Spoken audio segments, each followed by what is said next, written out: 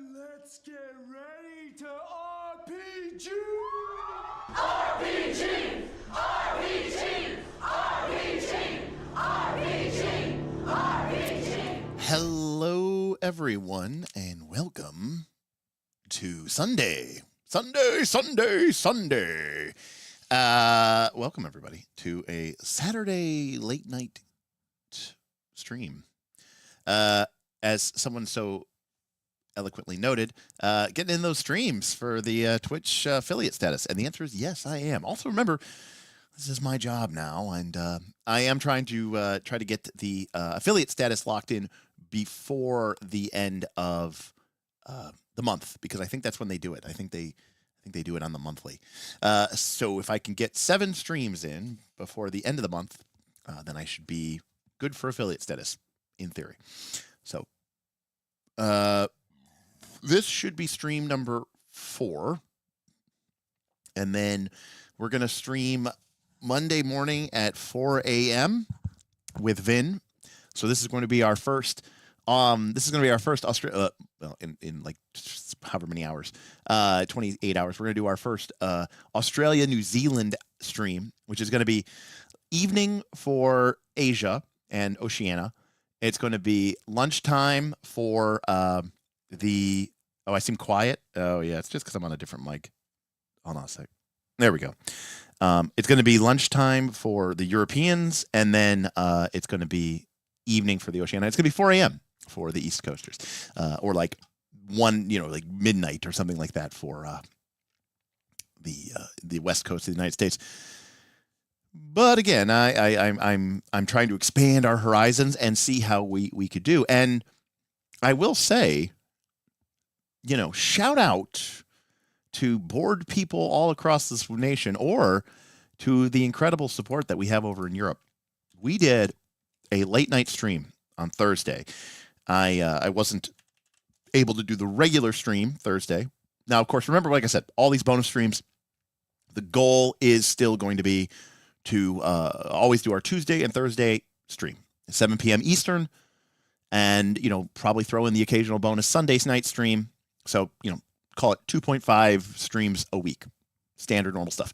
First looks, deep dives, the whole shebang. But the fact is, I'm not working. My friends are all working. There's not a lot for me to do. And if I want to make this into career is a bit of a stretch, but as a money-making enterprise that can support my lifestyle at a minimal functional level, then, I need to stream more often, and I need to do some additional stuff. So we're going to throw in additional streams, right? We're going to throw in additional streams. And some of them are going to be late night. Some of them are early morning, just so that we can try to, hit all of our different audience members. And the reason I bring that up is because, shockingly, now if you're a fan of this channel, you know that we usually get, I would say 40 to 70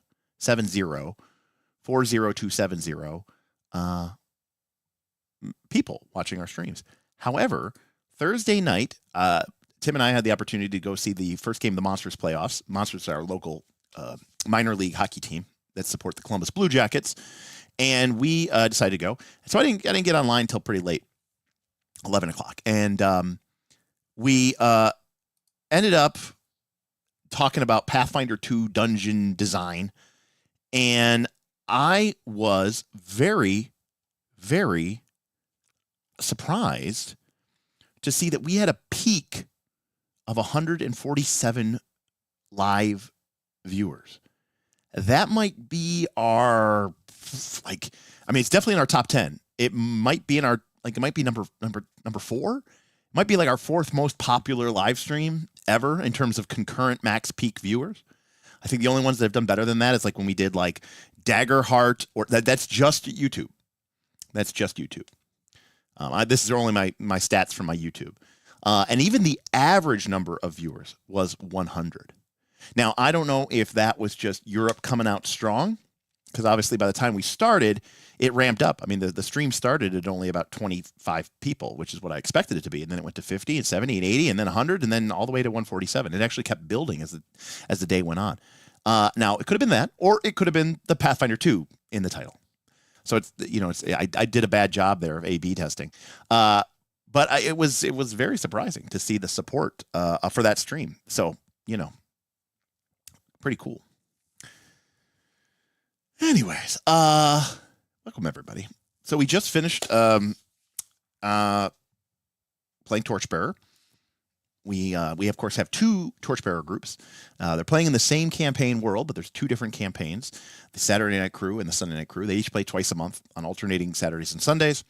And they did theirs earlier today, and we had to finish a little early because I had to go pick my mom up from bingo. But I did tell them at the end. I said, "Well, if I'm back home, I got a lot of sleep last night. I this week I started having this weird thing where I was like falling asleep, or not falling asleep. I was feeling lightheaded a little bit periodically. Never, never in terms of standing, not like standing up and feeling like lightheaded. I get that sometimes, like a lot of people do, or like low blood sugar, just a general feeling of like zoning out, lightheadedness. And I didn't know what it was, so I went to ChatGPT. I was telling it about me. It was asking me symptoms, and I basically said, well, things have been really stressful. I haven't been sleeping a lot. I've been working out extra hard, and it said, well, you're probably just literally exhausted. You're probably just completely dead inside. So Friday, I drank my last bit of caffeine around noon, which is not normal for me. I normally drink caffeine throughout the evening. And then our Friday night gaming session, which we were going to go over to Smith's house and make characters for his Pathfinder 2, Starfinder 2, all ancestries go, weird, post-apocalyptic, kind of gamma worldy game.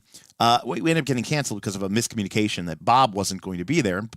Session 0, character creation. Smith wants everyone to be there. I think that's reasonable. And I tried to tell him that. I think the miscommunication there.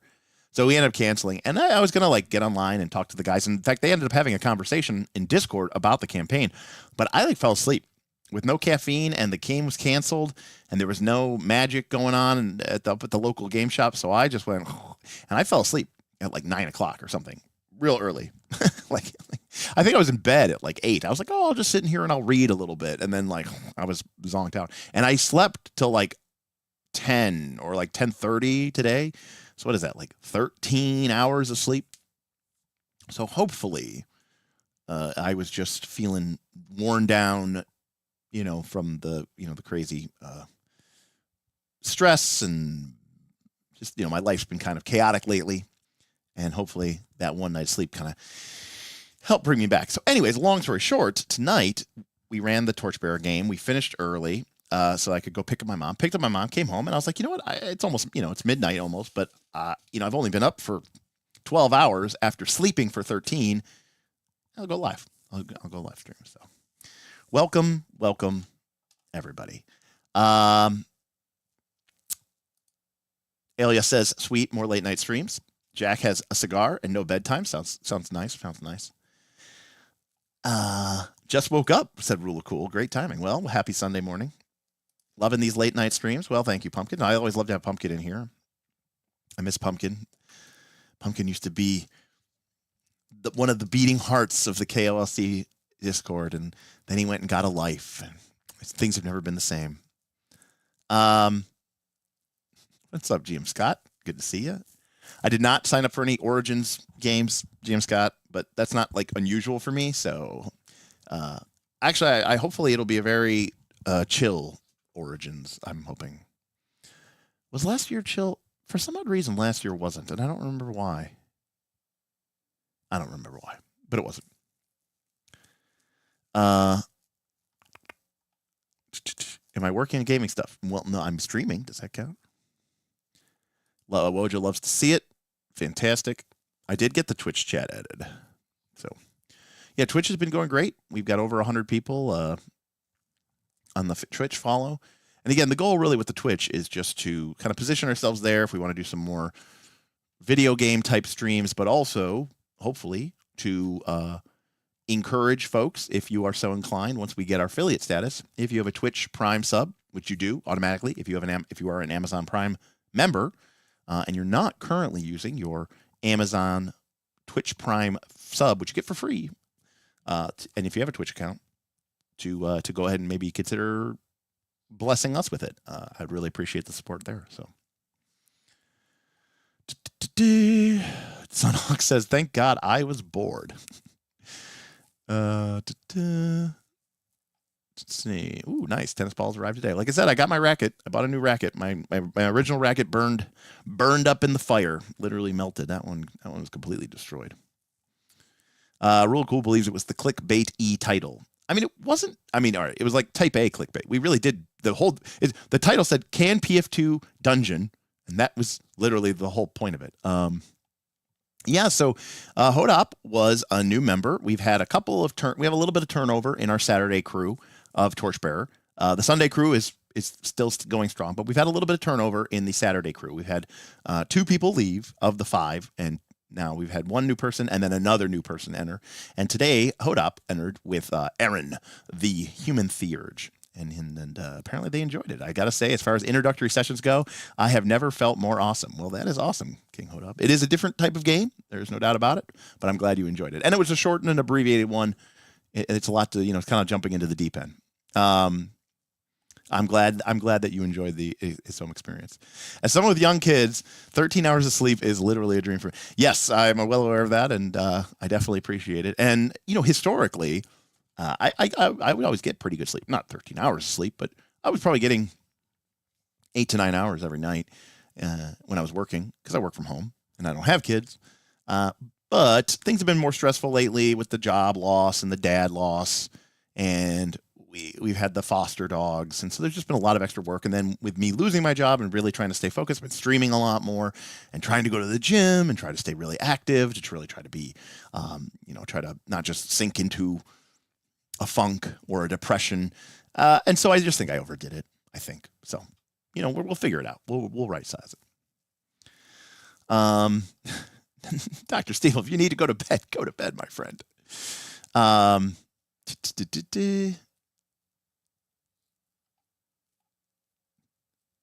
So that typical. Yes. That is definitely the tip goal. I don't know why the super chat's like that. We definitely did not get $100 super chat. Yeah, I lose my health insurance on Monday, so $1 million should cover it. Whatever, I don't even know what it costs yet. That is one thing I admittedly have kind of not been on top of is going and getting a new health provider. I don't know why that's 0. Weird. All right, why it should be 0, but anyways. But in any case, that's my problem to have. My new healthcare plan is don't get sick. Well, that's also known as the United States healthcare plan. That's we have a universal healthcare plan in the United States, and it's called don't get sick. Luckily, well, I say luckily, but hopefully, last year where I went to the ER several times and got a bunch of battery of tests and got diagnosed with a bunch of stuff, hopefully that represented the high watermark of my medical expenditure. For sure. All right, so tonight there's really no plan. I mean, these late night streams are, whatever. There was like a discussion today on the Discord, and I was talking about proactivity players, and I was like, but the game fundamentally has, shifted down, and people don't play the way that they used to. And I started to explain something, and then somebody was kind of like, "Wait, what are you talking about?" And I was like, "Oh man."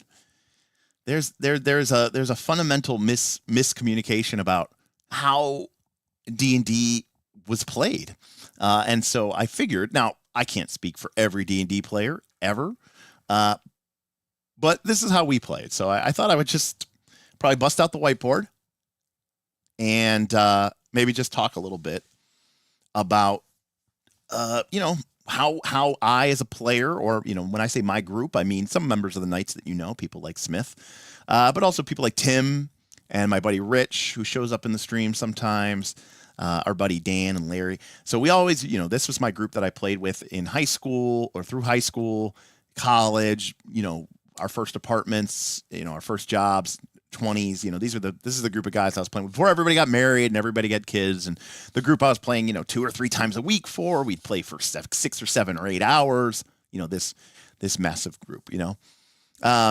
We should be calling it the Blackboard these days. Well, I'm using Microsoft Whiteboard to do it. So technically it is still Whiteboard, but I do use the dark theme just because it looks a little bit nicer.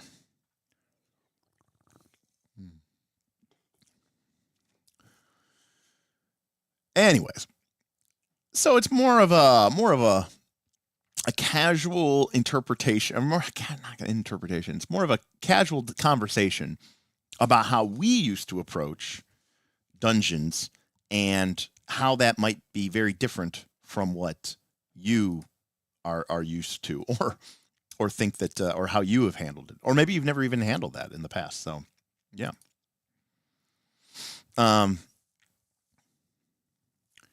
So first, I want to get my whiteboard up.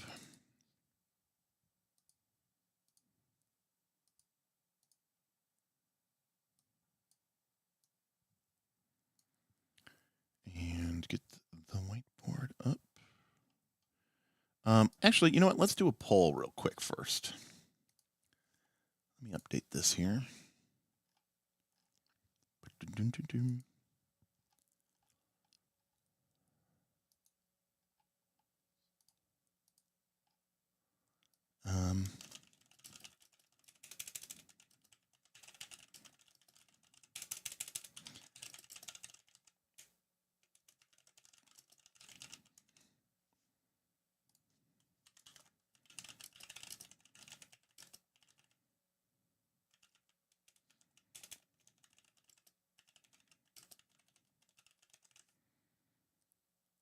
Okay.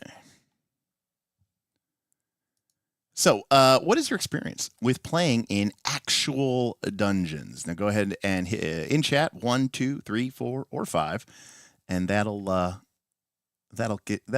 cast your vote. And I guess what I'm saying is, when I say actual dungeons, I don't just mean like the 5-page, you know, the 5-room little mini dungeon that you actually go into. I mean like something that you would, you know, spend multiple sessions exploring and making your way through, and you know, and truly doing what I would consider to be dungeon-based tactics. And we'll get it a little bit into. We'll get a yes. Anything else is just sparkling underground, Zaylan. It's a dungeon if it comes from the dungeon region of Faerun. Otherwise, it's a sparkling underground cavern. Like real life, like playing in a dungeon in the real world. Well, I have a story for you. Of course you do. Of course you do. Actual dungeons. Look at that. It's almost, it's kind of almost sort of normal distributed. Oh, we get oftens. Okay. We'll get some oftens coming in there.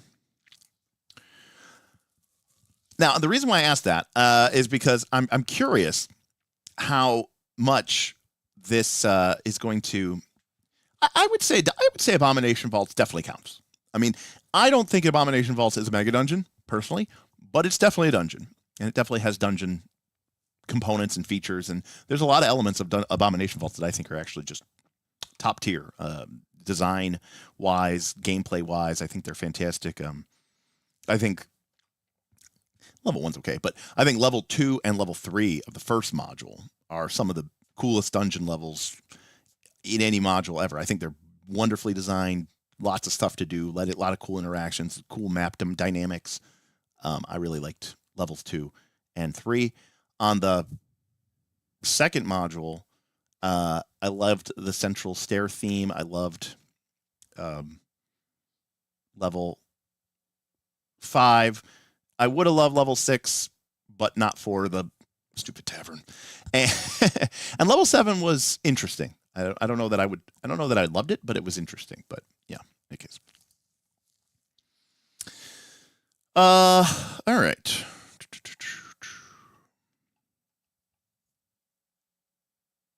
I voted 2 because my dungeon experiences is limited to Abomination Vaults and Baldur's Gate 1 and 2.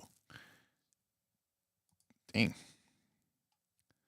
Now, a reason I preface this stream by saying this is mostly useless information, is because we're mostly going to be talking here about from the criteria of old school D&D. And by that, I mean 3rd edition.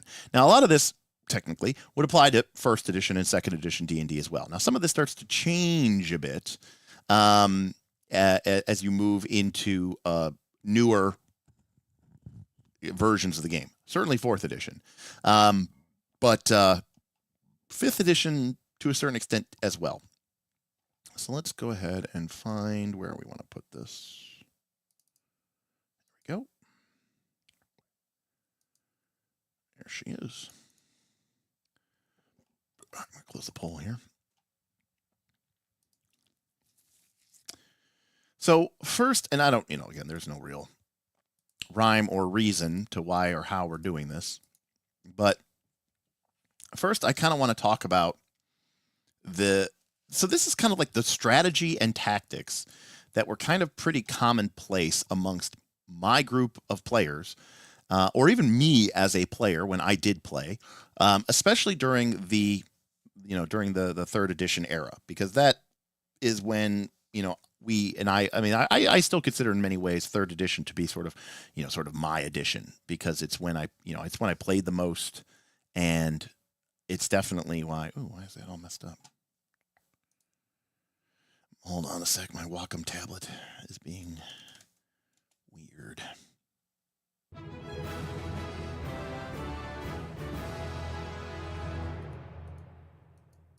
Oh, weird. Jackal Torn Moons tipped $3. Hey. Got to start somewhere. That's the spirit.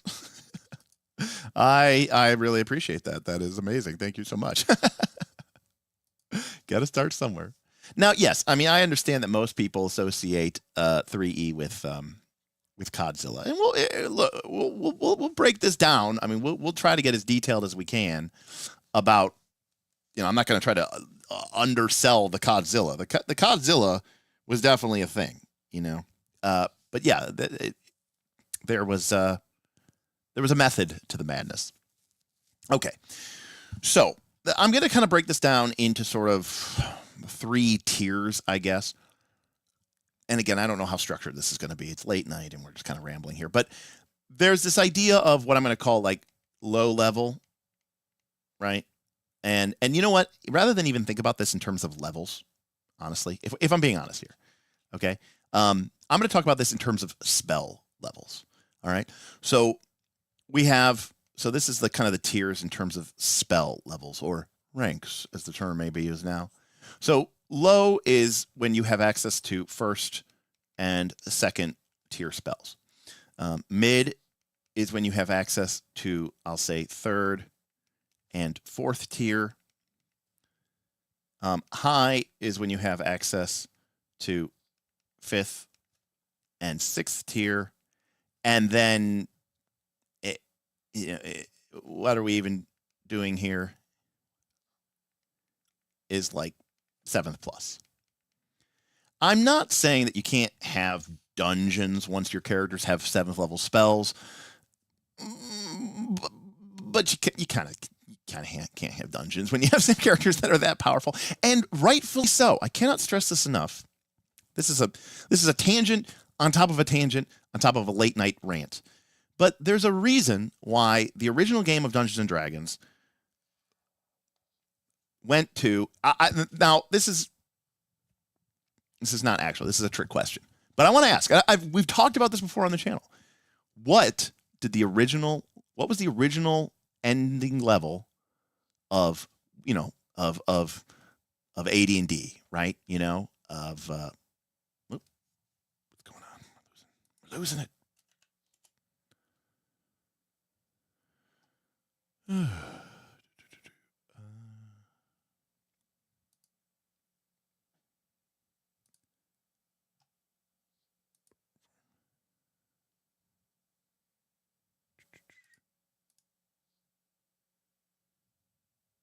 All right, so I see some correct answers here in the chat.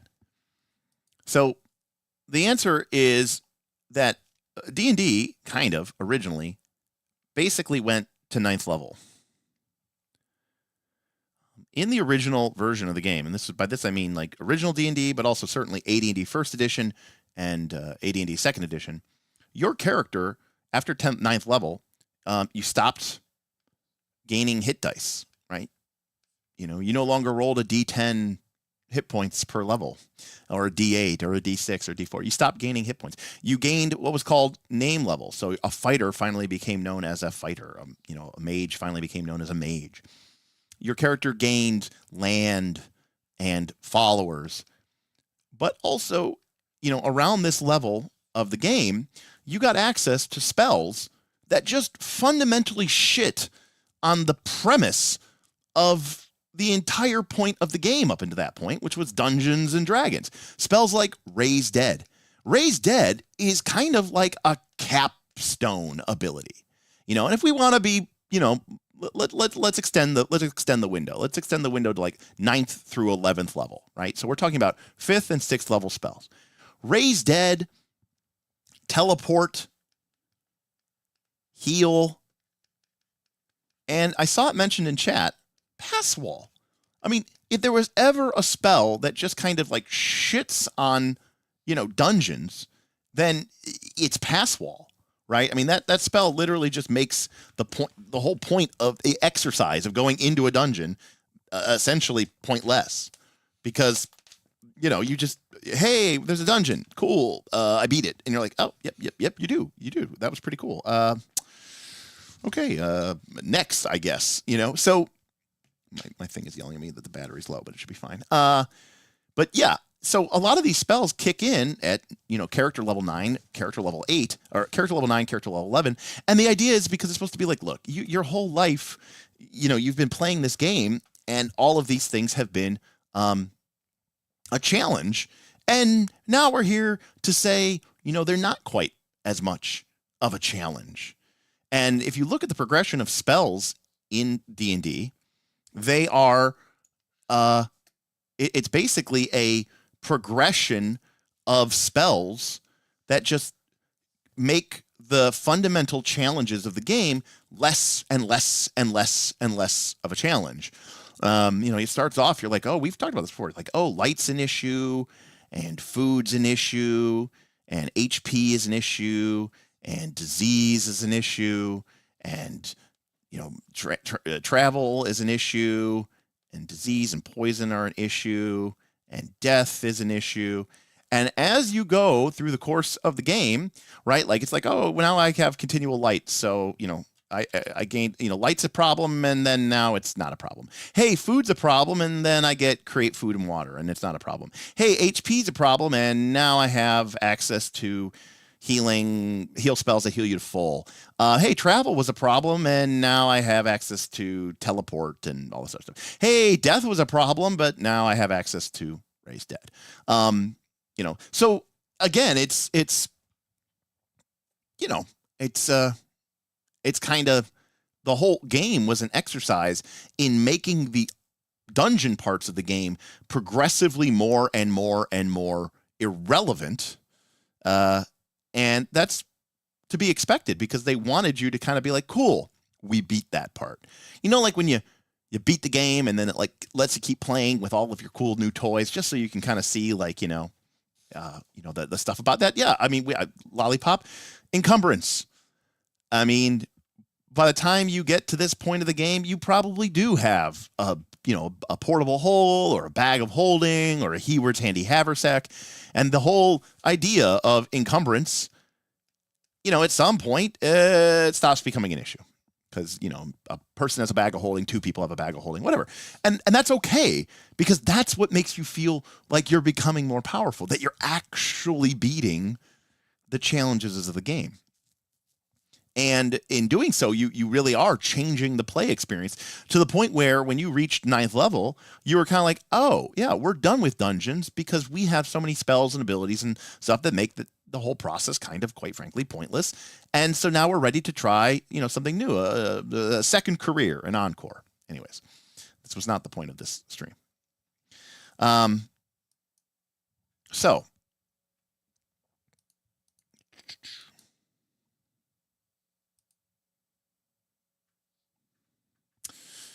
Matt says, I never worry about encumbrance. It is such a boring aspect to keep track of for players and the GM. Well, Matt, I'm going to say this.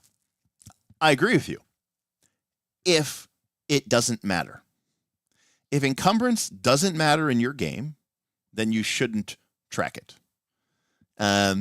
If it does matter in your game, then you should track it because, that's like saying I never track hit points. It's such a boring aspect to keep track of for players and the GMs. It doesn't matter. No one in my campaign can die, and I don't really care about, damage or anything like that. We just fight monsters until I feel like they're ready to die. And if a player feels like they've been hit enough, they decide that their character goes down, and we just eyeball it. Now that might sound crazy to you, but what you just said is fundamentally the same thing. But the reason why I said that is because I prefaced it by saying hit points don't matter to us, so why would we track them? Well, if encumbrance is not important to your game, then why would you track it? Now that's interesting, Matt, because for example, I'm playing Torchbearer, a game that does have encumbrance, but does not have hit points. So, yeah, and it's a dungeon crawling game. It sounds like a 5e game. Tracking arrows and ammunitions is just a subcategory, right, of tracking encumbrance, right? And so, that's where it really comes in.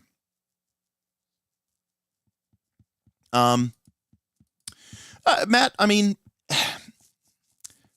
3rd edition, I'm going to say this. I mostly agree with you in terms of 3rd edition, Matt. I will say that. To a certain limit, but the real reason that this didn't matter is because obviously 3rd edition, right, got rid of treasure for XP. When that goes away, encumbrance stops mattering, especially given that 3rd edition was still using somewhat, we'll call it realistic / 1st edition, 2nd edition derived weight limits. Matt's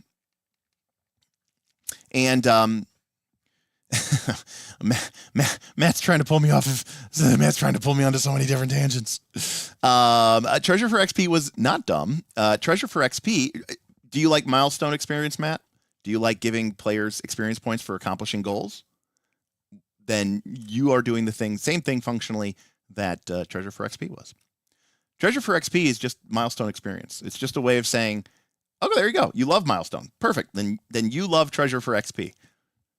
I have set the milestone that you need to accomplish.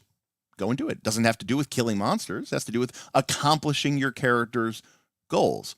Now, the de facto assumption in earlier versions of Dungeons & Dragons is that your characters were adventuring for money, for loot. Loot to, the same reason we all have jobs.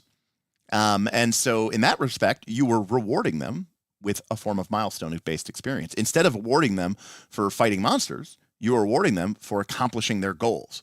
And if their goal is to acquire treasure, then we're awarding that. And what gets rewarded gets repeated. So we know that that's what the players are interested in doing. We know that's what the player characters are interested in doing. And so by awarding that, we create this incentive for players to go and do that. The monster manual did have XP values. It is true. It is true that monsters did give XP. But we're talking about a game system that required hundreds of thousands, if not millions of experience points to level up. And the monsters were worth, 12, 36, couple hundred at the end of the game. It was a drop in the bucket. It was worth something, but it was a drop in the bucket. And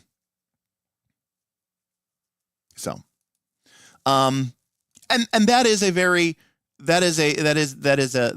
true statement, Matt. I mean, the premise of what the D&D adventurer was substantially changed over 30 years. And it went from a place of, you are a mercenary, a scoundrel, a sort of Conan the Barbarian-esque vagabond, to I'm the big damn hero here to do big damn hero stuff. And so, quite frankly, that is very, very apropos, right?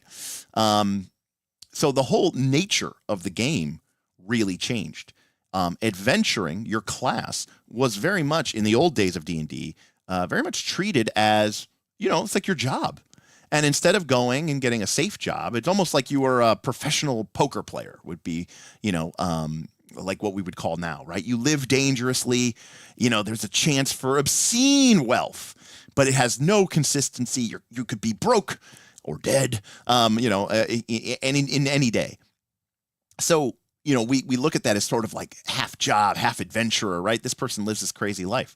And that's like the modern day equivalent, because an adventurer, you could go and, you could go work at the city blacksmith your whole life. You're never going to have enough gold to, become a noble, to build an army, to raise a great temple, to build a magical tower to see if, you can unravel the secrets of the universe.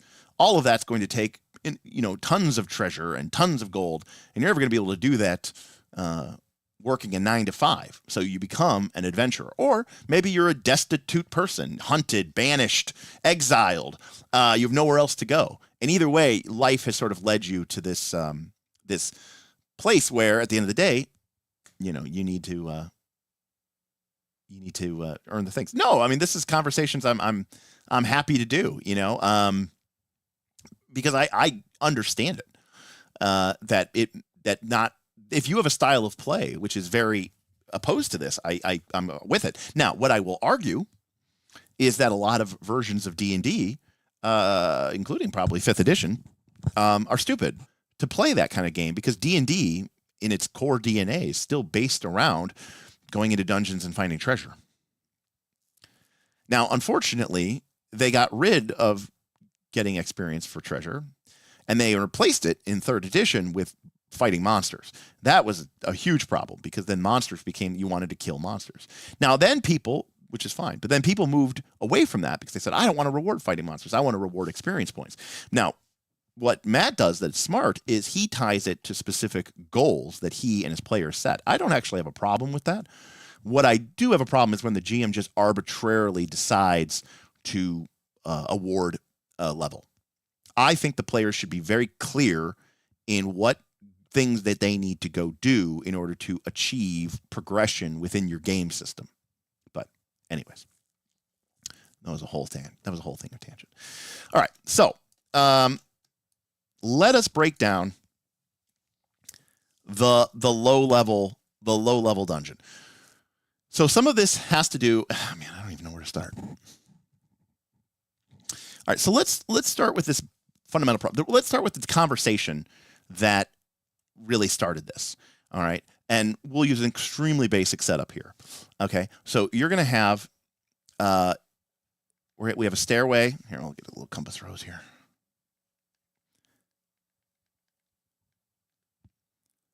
Okay, so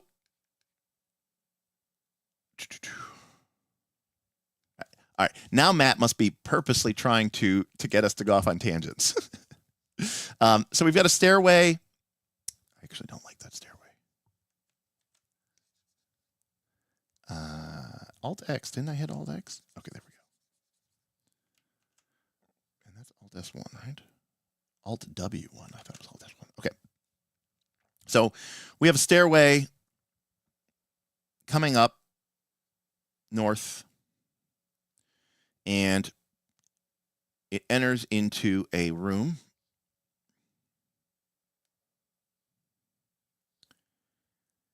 And the room has a large sealed metal door here.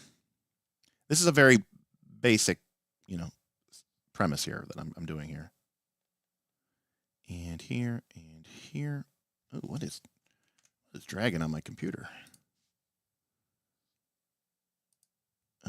Chrome. Why is Chrome dragging on my computer? Oh, I didn't close Roll20. All right. Oops. Oops. All right. that was my bad. All right, that should be a little bit better. Okay. Sorry about that. So we have a room, and we have sealed metal doors at the one side, and then we have two wooden normal doors. They're closed, and maybe there's some pillars here, and this is a low-level dungeon. It's like a level 3 dungeon, or something around that level. We'll put I don't know. There's 4 orcs in this room when you enter the room. Okay, so basic room. Now, what was being discussed on the Discord was this idea of, and I was talking about pacing, and I was saying how I don't like to beat around the bush, and I like to make sure that if the players are really waffling, I'm like, look, let's really make sure that you understand what's going on. And I was like, because the players are going to enter this room and they're going to be like, okay, we fight the orcs, and then they're like, okay, then what do we do? And I was saying that a lot of people dislike dungeons or play them as such because they're like, well, what choices do I have? What can I even do? And I was like, you want to make decisions. I was like, for example, to the left, that there are some scrolls or potions, but there's some undead. And to the right, you're not quite sure, or maybe to the right, that there's gold coins and some sort of ooze monster.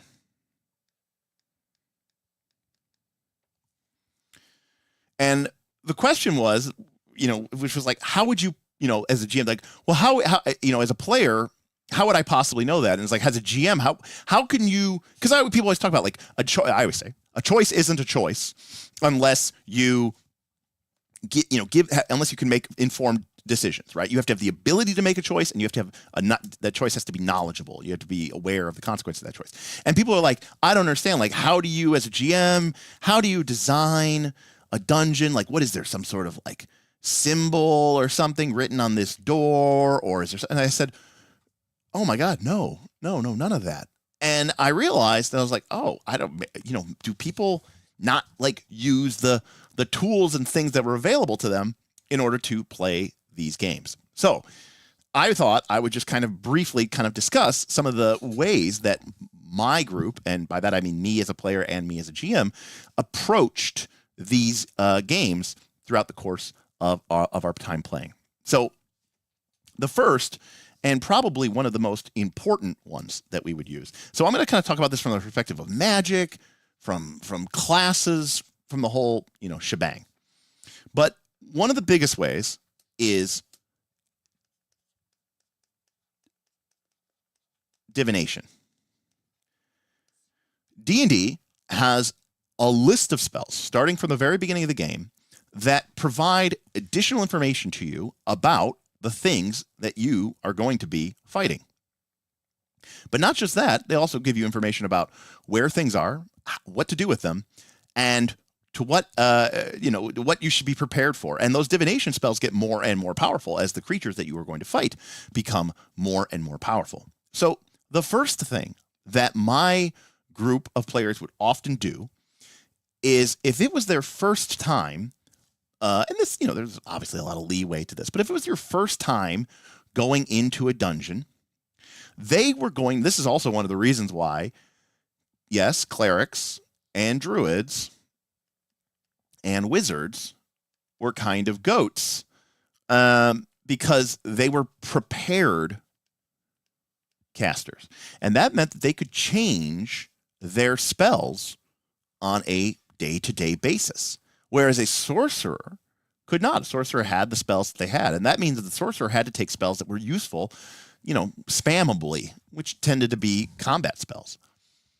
But clerics and druids, but especially clerics and wizards, had access to a number of spells that could provide a lot of information if you used them correctly and you knew how the game would work. So if it was the first time that a group like this, at let's say these lower levels, was entering the dungeon, they might come equipped with certain key divination spells. Now, they might not take all divination spells, but they might take a lot. The wizard or the cleric, 80% of their first and second and third, whatever, level spell slots, I think we're talking about second level, so we'll say first and second spell levels, were all basically taken up with these core key divination spells.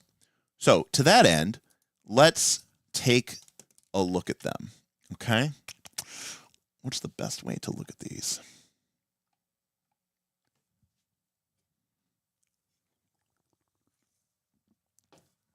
I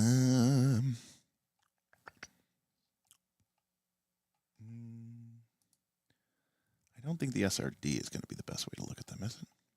Maybe it will be. Spells. Hey, yeah, it is. Cool. Okay, so this is a list of all of the spells, all of the divination spells in 3rd edition. Okay. Excuse me. Now we're not going to focus on every single one of these, but we're gonna talk about a lot of these. And the truth is, by the way, a lot of these are still in 5th edition D&D, I believe. I'm not an expert on 5th edition D&D, so you have to correct me when I'm wrong, but you know. Now, some of these aren't low level, so we're not going to really focus on them right now. But right now, let's just assume that our characters are, 3rd level. We have access to 1st and 2nd level spells. By the way, this would also apply. Now, of course, one of the cool things about this is that as you get higher level and you're fighting, a wider range of scary things, that you get access to better divination spells so that you can figure out what it is that you're fighting. So right off the bat, when we're going into our dungeon and we're our lower level selves, we have access to almost all of the detect spells. Not detect thought. Well, we have that at 2nd level. We have detect undead, detect snares and pits, detect secret doors, detect scrying, detect poison. Well, we don't have detect scrying. Detect poison, detect law, detect good, detect evil, detect chaos. Now, some people are going to be very upset about this, but the way that these spells were written was designed for you to metagame. So if we take a look at the detect evil spell, for starters, we can automatically see that this is a cleric 1, ranger 2 spell.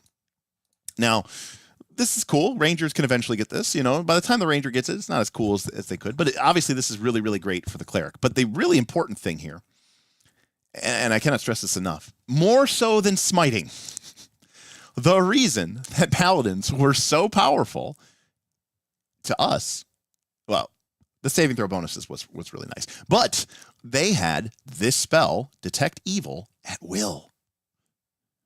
And when the cleric cast it, very cool, the chat window broke. No, what do you mean the chat window broke? Jackal Torn Moons tipped $1. The chat window broke. Oh, why did the chat window break?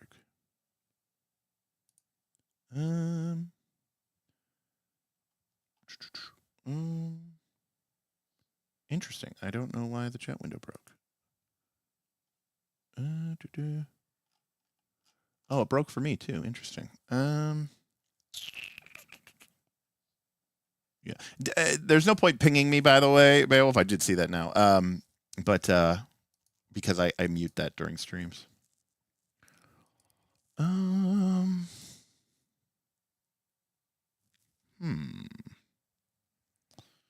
Let me see.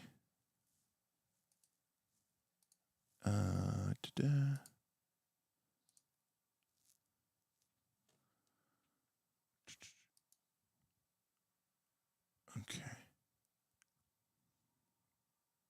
What about now? All right, do your tests now. Sorry, I missed your chat. Okay. All right. Well, I apologize for that. Yeah, my chat had stopped. I mean, I was looking at my thing anyway. So yeah. So there you go. I apologize. It was a smart idea. It's very smart. What? Are you kidding me? Okay. Okay. So, detect evil. Hey, I'm on TV. Yes, you are. Sounded like Yogi. Now you've been called out. So detect evil was a first level cleric spell, and it lasted for up to 10 minutes a level. So let's assume our cleric, for all purposes, let's just say we're third level in this case. This would last 30 minutes. Now, the duration was concentration, so you had to spend a standard action. So obviously you weren't going to be, if you cast this once to do one detect evil, you were not getting your money worth. But this was a quarter circle emanating from the character to the extreme range, and the range was 60 feet. Now, I want you, with me, to experience the disappointment, okay, that I experienced in 3rd edition. All right, now, note, here we go. This is actually at the bottom of the spell, but I'm going to put it right here. All right, note. I don't know why that's so long, but it is. Each round, the character can turn to detect things in a new area. The spell can penetrate barriers, but 1 foot of stone, 1 inch of common metal, and a thin sheet of lead or 3 feet of wood or dirt blocks it. What does this mean? It means that for all intents and purposes, detect evil can see through almost every stone or wooden door that would ever exist. It can see through a lot of walls too. Maybe not super thick, 10-foot thick walls, but if you have your standard masonry wall with 1 to 2 feet of dirt, rubble, and then another, couple inches of masonry brick, you can breathe through that. You can pierce through that. That's a lot of dungeon walls that detect evil can see through. Okay. Now, unless it's a unless it's a very thin metal, you won't be able to penetrate through metal, and you won't be able to penetrate through even the thinnest sheet of lead. So that is a thing. But at low level, you can basically see through doors. And of course, it very specifically notes that each round you can turn, and it's a quarter circle. So the idea is it's almost like a radar sweep, right? You go here, here, here, here. But it's not just that. It's that it lasts for 30 minutes. Or if you're a paladin, you can cast this every single round forever. But wait, there's more. Because if you spend a couple of rounds, that means 6 seconds, detecting the presence of evil, it depends on how long. The first round, you just get a yes or no. Is there evil or is there not evil? Now, of course, as good aligned characters, or even neutral aligned characters, we can automatically assume that evil creatures are no bad. Or I should say evil effects are going to be a problem. Now, I should note that this spell is not perfect. If there's a neutral elemental in there, if there's a trap in there, right, we're not going to be able to detect that. That's a thing. However, the second round, we get the number of evil auras, creatures, objects, or spells in the area and the strength of the strongest aura present. If a character is of good alignment, the strongest evil's aura is, if it's overwhelming, you become stunned. In other words, if you're level 2 paladin and you detect evil on like a Baylor, it's going to stun you. So don't worry about that. It probably won't happen. Although if it does happen, then you know not to go through that. Okay. So automatically, if your character detects evil through a sealed stone door and you become stunned, don't open the door. Okay. Because the strength is at least twice your character's level. All right. But then that's the number. Second round is the number. The third round, you get the strength and location, okay, of each aura.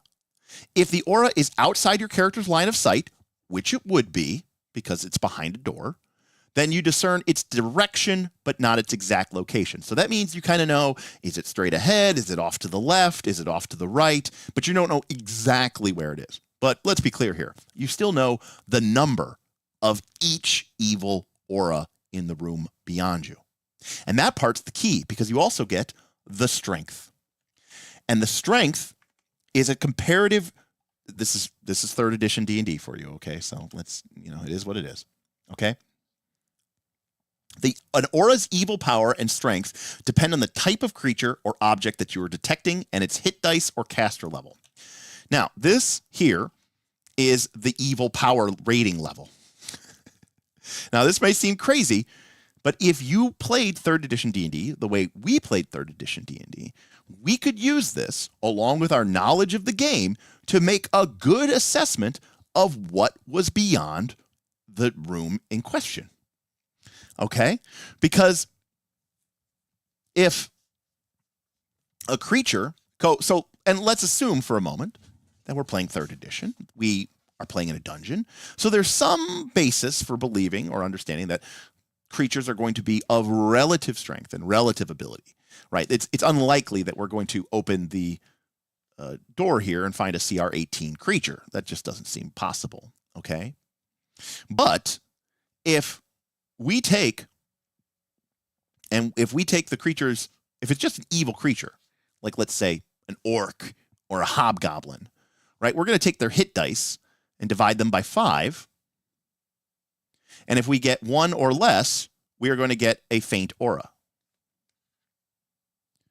Now, to get a moderate aura, we need the evil power rating to be 2 to 4. So we're lower level, right? We're level 3. You detect a moderate aura coming from the other side, a moderate evil aura coming from the other side of the chamber or the other side of the room. Okay? Now, that means that the evil power is at least 2. So if it was just an evil creature, okay, like an orc, it would have to have 10 hit die. That's equivalent to being like, having 10 levels of fighter or something like that. So that it's probably not that. Now, if it was an undead creature or an evil elemental, well, then it could have 4 hit die. Because a 4 hit die undead creature divided by 2 is 2, which would trigger as a moderate. So now we start thinking to ourselves, okay, that seems more plausible than a 10 hit die orc, a 4 hit die undead creature, and by the way, to be clear, it'd be somewhere between a 4 to 8 hit die undead creature.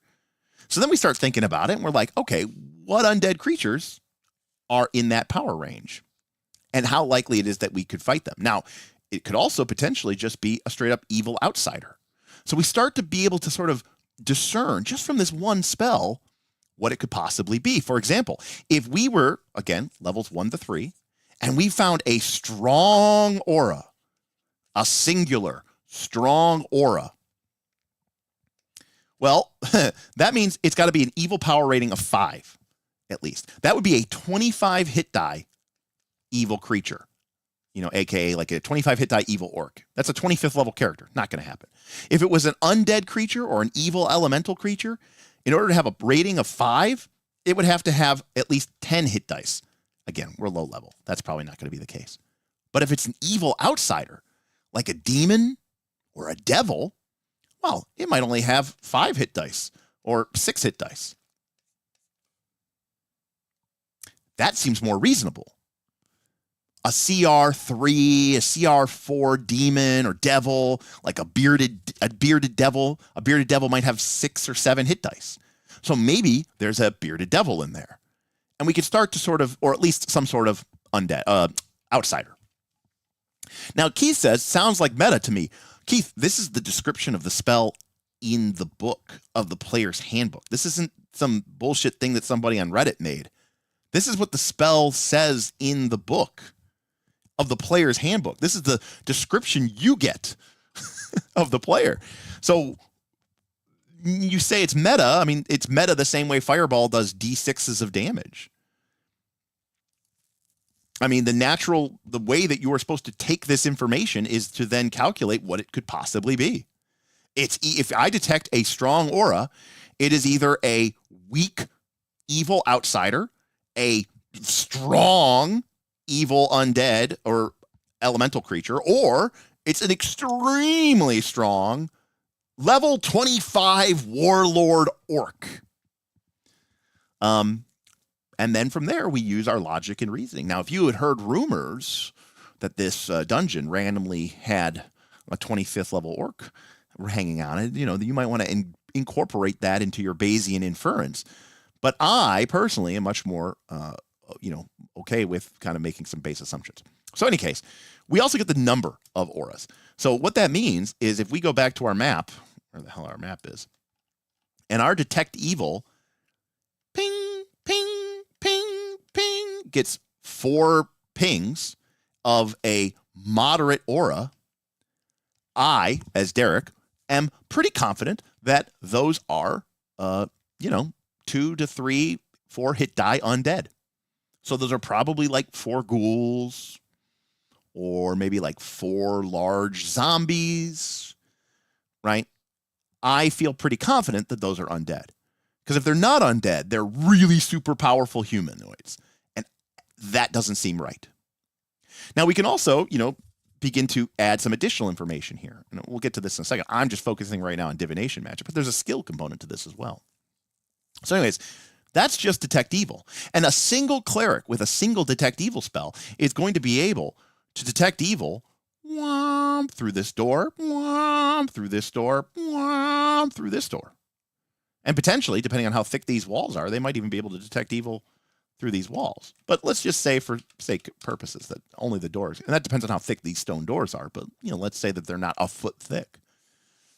So we can get information about, are there evil creatures? Doesn't necessarily mean that there's nothing beyond that, but if we cast detect evil to the west and we get 3 pings of moderate power, and we detect evil to the east, okay, and we get nothing, well, now we have a lot more information to go on. It doesn't mean that to the east is clear, okay? It just means we have some information. We know, beyond a doubt, that there's some sort of evil creature, okay, in the other room. I should also point out that especially if you have access to this spell on repeat, like a paladin does, but even as a cleric, you can cast the spell, detect evil, note the directions that the creatures are, or note the direction that the evil's coming from, go away, come back, cast detect evil again, and see if the directions have moved. If the directions have moved, then it's likely that it is some form of creature that is moving around. Because if it was a static object, then it's, that gives you some additional information as well. Orcs aren't going to stand there doing nothing. But, maybe skeletons, zombies are just waiting in there, for the next person to open the door to rush them or something like that. Whereas a demon might be moving around and stalking around, or orcs might be milling about. So even though you can't get the direct location, you can get the direction. Right? Okay? Now, that is just one use of one spell of detect evil. Now, I shouldn't have to tell you that you can then use detect chaos, detect good. You almost never use detect good. But then you can use detect chaos and detect law to further hone it in. Now, to be clear, sometimes this is unnecessary and you don't necessarily have to, break it down to this level. But sometimes you do, because why not? Right? And so, and by the way, all the detect spells have the same limitation. Now, one thing that frequently doesn't show up on chaos, evil, good, or law, because they're neutral and are often a mainstay of low-level adventures, are, you got it, animals. So they are hard to find, okay? Animals are hard to find. Because, think about every low-level dungeon that exists. You got rats, giant rats, wolves, the whole 9 yards. Some of those low-level plant monsters, but a lot of rats, okay? And to that end, we get detect animals and plants. And here's the really cool part about detect animals and plants, is that detect animals and plants, it's a ranger spell, and it's a druid spell. But it's a Ranger 1 spell. So a Ranger actually gets this spell fairly early, right? They get this level, in 3rd edition at least, they get this spell at level 4. So a little bit higher than what we are right now. But, it's good. It's still a very useful spell. Remember, we're in our prep mode right? But look at the range. Look at the bones. Look at the range on this spell. My God. It's a quarter circle emanating from that character to the extreme of the range. We thought the 60 foot of Detect Evil was unnecessary. My God. I mean, you know, we're talking about dungeoning. I mean, talk about being outdoors. My God. By the time a druid casts this at level 3, this thing's going 520 feet in 4 rounds. Now, well, Beowulf, good for you. The character can detect a particular type of animal or plant in a quarter circle emanating from the character in whatever direction they face. You must think of a species when you use the spell. Each round, you can change the animal or plant or type. The amount of information revealed depends on how long you search in that area. You thought Detect Evil was good? Detect plants, animals and plants is even better. First, it detects the presence or absence of the animal of that type. Then, it gives you the number of the specific type. Then it gives you the hit points and conditions of all of those animals. Okay. So, you know, it basically breaks down the whole freaking thing for you. And of course, you know, the spell lasts 10 minutes a level. So it lasts for 30 minutes. No, in 3rd edition, human is not an animal type. The humans is the humanoid type. But wait, we're getting to that. So animals are great.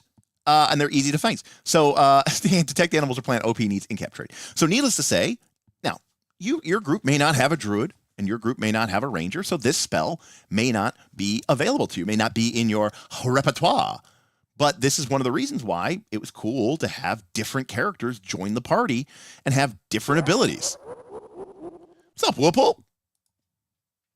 What is that? That's, I wonder if that's are you here, or is that an auto thing?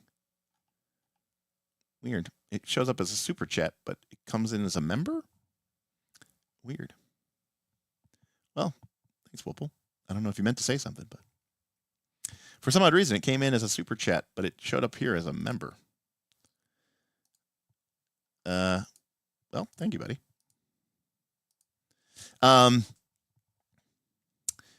So the detect animals and plants can be very powerful because, okay, you just didn't say anything. All right, well, good. Well, thank you, Whipplestein.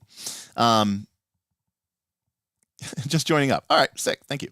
But yeah, animals and plants can be really powerful because, again, it lasts 30 minutes. You can change the type, everything. You know what the low-level monsters are. You're like, okay, let's do rats, snakes, wolves, you know, just do the whole thing. You know, take a minute, scan for every common animal type.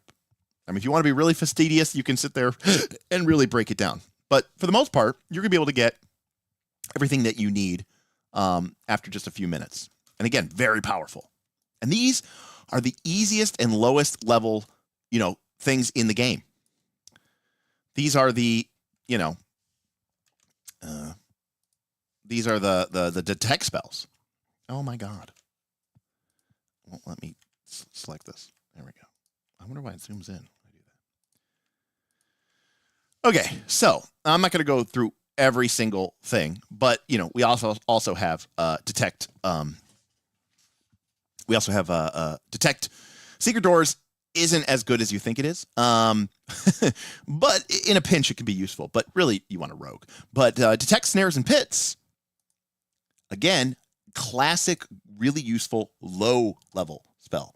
And the reason why it is so useful is because, again, this is a druid and ranger. This can detect pits, deadfalls, snares, and primitive traps. It does not detect complex traps. So for the most part, it is only going to trek, you know, it doesn't detect magical traps, but it will detect basic pit traps and the like, which again are more useful at low level. And by the way, it automatically resolves it. It doesn't make a check.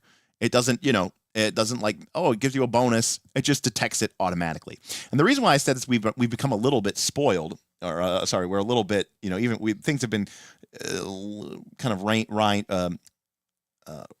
reined in. Oh, actually, no, detect secret doors is busted. I'm thinking of find the traps. Okay, detect secret doors. You ready for this, folks?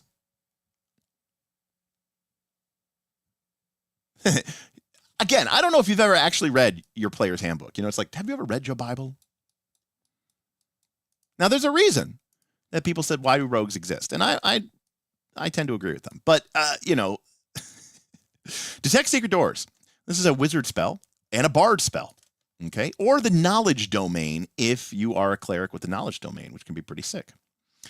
60 foot, quarter circle, yada, yada, yada. Now, this is only up to 1 minute per level. So we can't keep this up for 30 minutes. We can keep it up for 3 minutes, though. This detects secret doors, compartments, caches, and so forth. Only passages, doors, or openings that have been specifically construed to escape detection are detected by this spell. So it has to be specifically made so that it is, designed to be a secret. But it's not just doors, it's compartments, it's caches. First, is there a secret door inside of your 60-foot quarter circle? Second, the number of secret doors and where they are at. Third, the mechanism or trigger for one of the secret door portals examined by the characters. So, yeah. Now, when you come in super detect mode, I don't necessarily know that we probably wouldn't have this. That is correct. Right, if you accidentally make a door, then it doesn't work. Now, we probably wouldn't have detect secret doors loaded on this first foray, because what we're going to do on this first foray is get an idea of what do the surrounding rooms contain. And then maybe in our second foray, we're going to come in and we're going to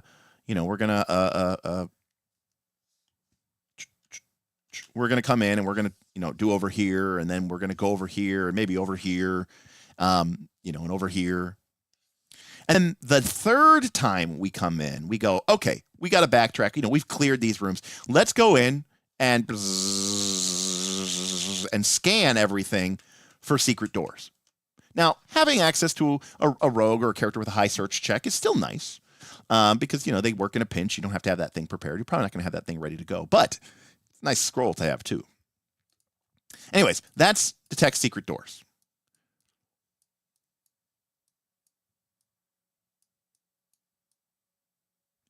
But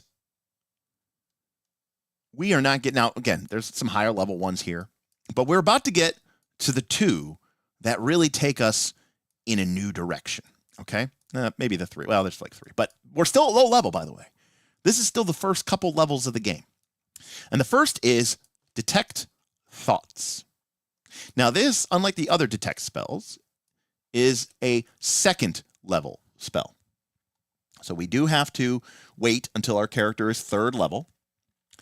And like some of the other ones that we have seen, this, or like the detect secret doors, this only lasts for 1 minute per level. So again, this is going to be lasting for 3 minutes. We're not going to be able to get quite as many things. At this point, we have to be a little bit more surgical. That being said, it only takes 1 round. So you have 30 rounds in order to detect. This is a bard spell.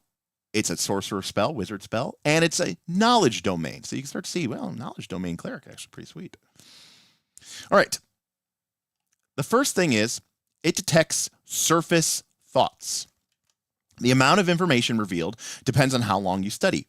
1, presence or absence of thoughts. This is only from conscious creatures with int scores of 1 or higher.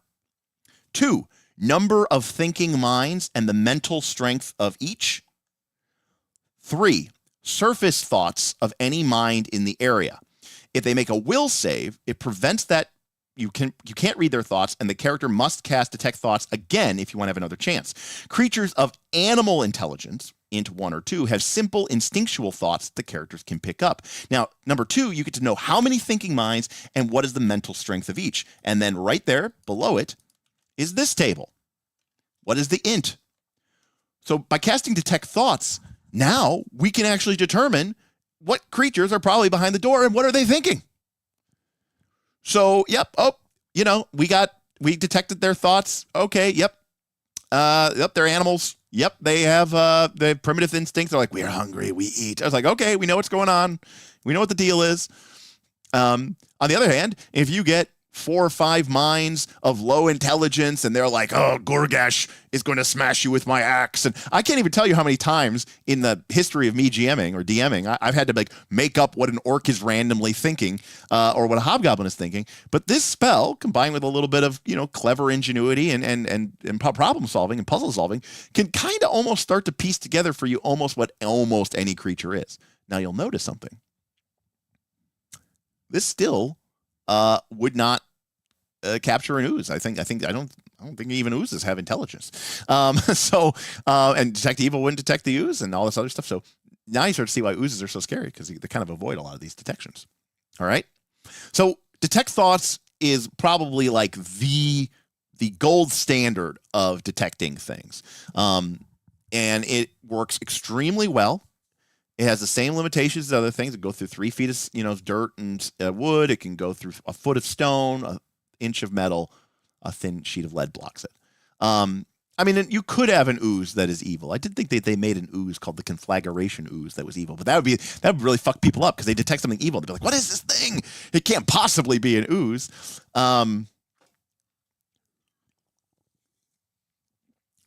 Is detect ooze a set? Well, it wasn't in 3rd edition. I mean, maybe it's a spell in some like god-forsaken, you know, splat book, you know, that got made. Somebody noticed that it wasn't there. But I don't know. I don't personally know one. What's up, Pokenar? Pokenier? Now, the next one. So this is all about kind of figuring out what are our choices. Now, by the way, this in our opening salvo here is assuming a room with 3 doors. But I mean, you could easily imagine a different scenario, right? Where, you know, the dungeon's like, okay, here's the stairs and here's the room. And, you know, there is a door here just like before. And there is the double door here just like before. But, you know, over here, there's a corridor. And the corridor goes down and there's another door here. And then it ends in a T section. And the T section has a door here, and then has an open room here, which has a door here and a door here.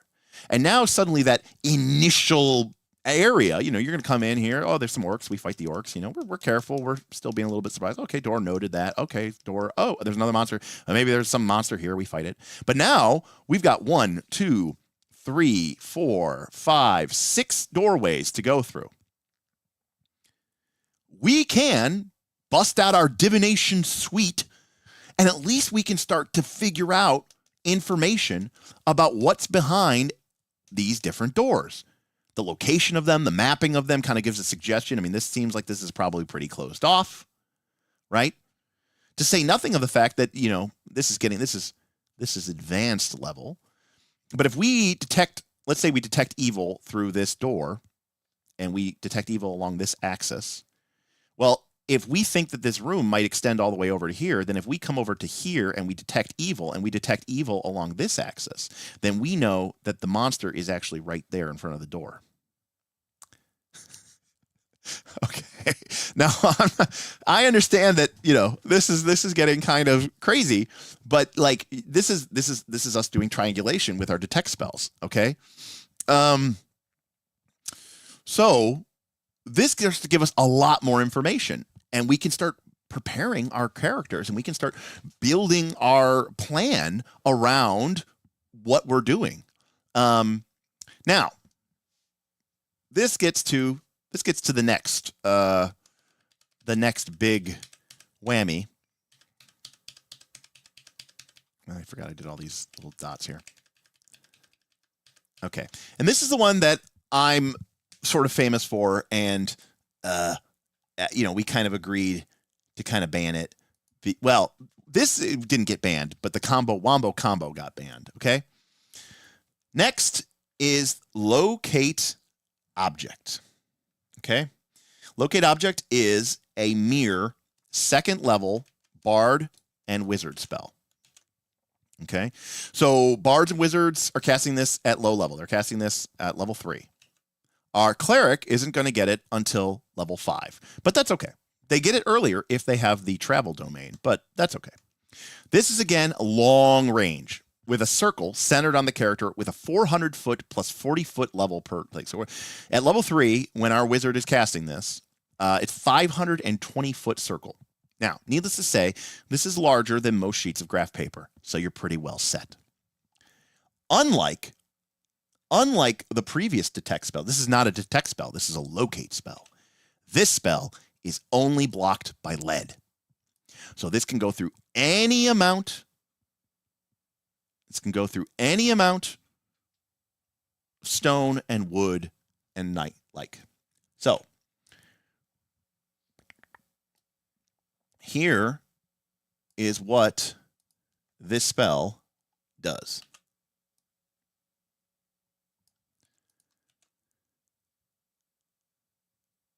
The character senses the direction of a well-known or clearly visualized object.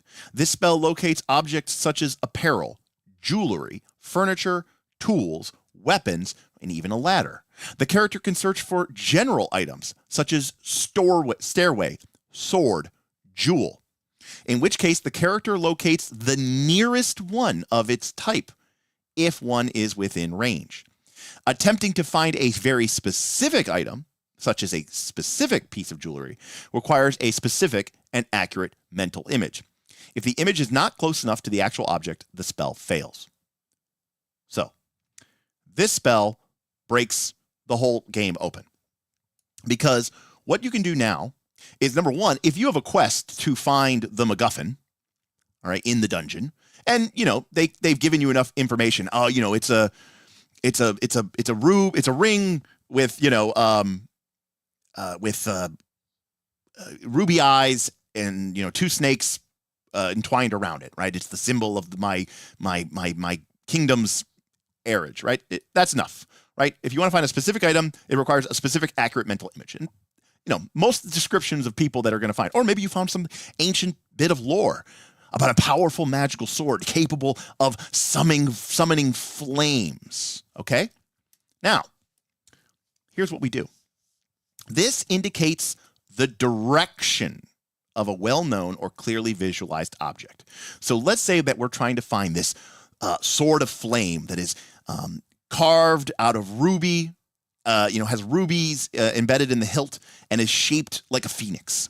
All right, that's a clear mental image. I think we can all agree that we could work with this. And maybe in game terms, we're talking about a cool, just +1 flaming longsword. Okay, basic. All right, here's what we do. 520 feet, right?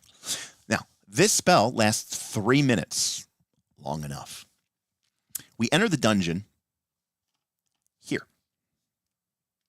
And we're drawing this on our graph paper, right? We're drawing this on our map. Our wizard or our cleric or our bard closes their eyes and visualizes the description that has been given to them of this magical sword that the party is seeking. Their eyes roll back in their head, and they suddenly feel themselves moving around in a direction. They can feel the source of this. And when it stops, our character is pointed in that direction. So we note that on our map, kind of like what I just did right there. Now, the spell lasts that takes 1 round, by the way. So 6 seconds. So we have 29 more seconds. Now, at this point, we've done a little bit of clearing out of the dungeon, right? This is our first foray into the dungeon. We kind of established our base camp. So now what do? We move. We go down the hallway to here, to the T section. And then we do it again. We cast the spell is still active. It's active for 3 minutes. So we're actually kind of constantly feeling a pull for it. But this time we stop and we focus our senses. And when we're done, we feel a direction and we draw it again. And now we know exactly where on the graph paper this object is. Now, we may not necessarily know exactly how to get to that. Okay. But yeah, we now know the direction that we need to go in order to achieve it. You want to talk about proactive players. The game is giving you these tools so that your players can be proactive. And we would do this. And this is how my players would be able to enact literal game plans before they even came to the session, because they might spend the prior session setting all this shit up. Now, it does say it searches for the nearest thing. So our players would do things like make sure they didn't have any platinum coins on them, or make sure they didn't have any rubies or jewels or gems on them, because that way, when they also cast the spell for gold coin or platinum coin, it wasn't going to find the one that is on the guy next to them. Instead, she would find the nearest platinum coin. Now, it could just have been one coin. Totally possible, and it's totally reasonable. But more often than not, it would be joined by a bunch of its friends. And you could do this with jewelry, gems. You could do this with stairs to the next level. All right? So in this case, we have the stairway behind us. That stair is going up. We envision stairs going down. Ladder, weapons, tools, a specific type of furniture, you name it. Locate object is going to let you find it. And through a simple series of triangulation can basically allow you to pinpoint it with frightening accuracy to any point in the dungeon. And now your group has a game plan. Hey, where do we want to go tonight? There. We'll make our way up. So when you go through this doorway and you see this as your options, which doorway are you interested in exploring? We now have context. We now have information about where these prospective doors may lead. We may not know everything about them yet, but we can pretty much be pretty assured that this door is not going to lead where we want to go. We want to go through this door, because that door is probably taking us in the direction of where we need to go. We go through this door, and it's a room. And there's a door here and a door here. And, there's a tough monster, and we beat the monster. Oh, no. Which door do we go through? Smith literally did this. I don't know if there's anybody. Tim is here. So Tim was part of this campaign for sure. Smith literally would have a map ready that, was ready to go. So that's, by the way, this isn't high level stuff. This is all first and second level spells. And we haven't even talked about the cleric side of things, which at this level is augury. This is the classic wheel or woe. Okay? If you're not familiar with this, the cleric casts it. It instantaneously, they think about a particular action. They get about a 73, 74% chance of success. And they get wheel and woe, or nothing. And it can only see into the future about a half hour or so, which is good for us. So it may not affect us for long duration stuff. But this is a fantastic option at the end of the day if the party's not sure about whether or not the choice that they're about to take is a good one or not. Well, bust out your cleric. If the GM knows that the monster that's that the chamber beyond has a really great treasure, it's a tough fight that could really challenge the party. He's going to say wheel and woe. On the other hand, if it's just a tough monster, maybe it's got great treasure, but it's a tough monster that will almost certainly kill the party, then the GM can go whoa. Or if it's just a free loot sitting around waiting for the party, or it's guarded by some simple monster, the GM, by the way, this is divine knowledge. So the GM is encouraged to use their metagame knowledge. They're like, well, this party, I know this party, what they can take, and this, they probably have to prepare the right spells today. Wheel. It's, I think this is going to work out well for you. So this is the cleric side. The wizard side is all about like calculating, triangulating, casting cones, and the cleric side is just like, yo, GM, what's up? Tell us what's going on.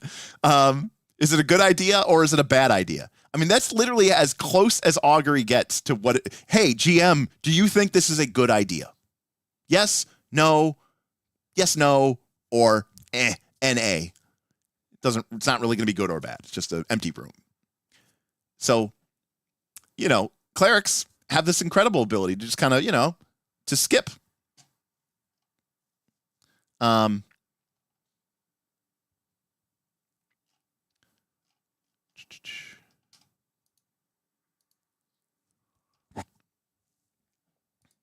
Cleric casts a spell. The pit fiend on the other side of the reinforced wooden door slides open the eye window, and the door says, "Whoa, screw off," then slams it shut.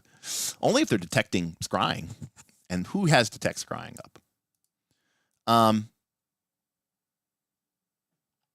So this has just been the level 1 and 2 spells. And already, now you can start to see the breakdown of how this works. Now, let's talk about this a little bit, because I haven't gotten to some of the other things, and I do think that they're important. Now, we could go into the mid-levels, right? We could go into the rank 3 and rank 4 spells, and guess what? You get more tools, you get more options, you get better options, and that can be very powerful. But, from a 3rd edition game, you've got the Barbarian, you've got the Bard, you've got the Cleric, you got the Druid, you got the Fighter,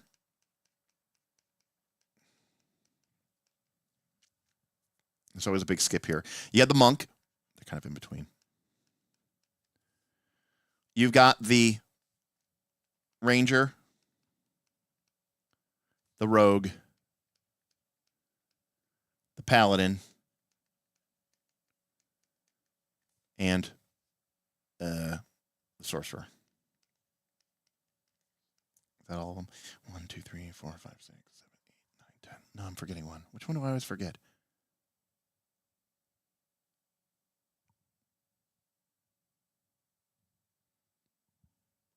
Oh, Wizard.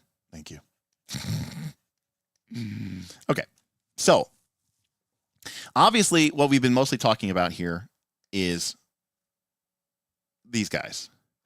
And to a lesser extent, these guys. The Paladins and Rangers and the Sorcerers, they do get access to magic, and that is a thing. Sorcerers, obviously, casting spells on repeat, are probably not going to fill up their spell slots. This is why I said they could, but a sorcerer is probably not going to have Detect Secret Doors as one of their 3 spells that they can cast 7 times a day. But the Paladin does get divine spells. He does get these detect spells. So does the Ranger. And the Paladin obviously gets detect evil at will. So that is a huge deal.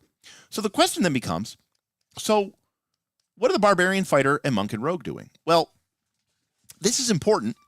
It's not 400 gold Platinus. It is 750 gold for a level 1 wand that is caster level 1, which is most of the time what you're going to do. And you're correct. By the time, that might be an option that you could have and whatever.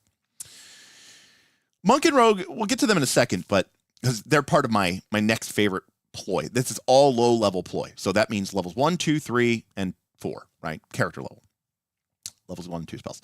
The most important thing is about the Barbarian and the Fighter, and to a lesser extent, the Monk and the Rogue. But the Barbarian Fighter is this. When we're going and doing this, call it reconnaissance mission, right? We've all seen, D&D at a fundamental level is a heist. As Mr. Glicker likes to say, everything's a heist. So at a fundamental level, it's a heist. Well, this is the part you see before the heist. Right? This is the casing the joint.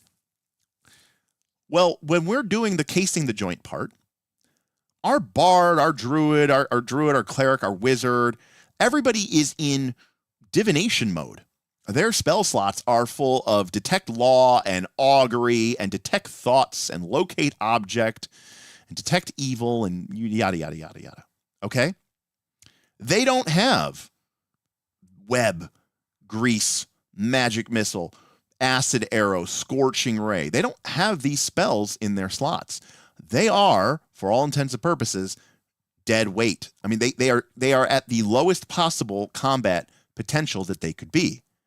But this is still old school-esque dungeon. Number one, some of these chambers that we're exploring are still going to have monsters. Not everything's going to be behind a closed door. Monsters are still going to encounter. We showed how when we came down the stairs to do our initial reconnaissance, there was a group of orcs waiting for us in the room. And we're talking about spells that last 10 minutes per level, 20 minutes per level. We're in 30 minutes, taking 30 seconds on each door. Random encounters will occur. They are going to happen. we might be loud. Something might make a listen check on the other side of the door. It might kick in the door and come attack us, right?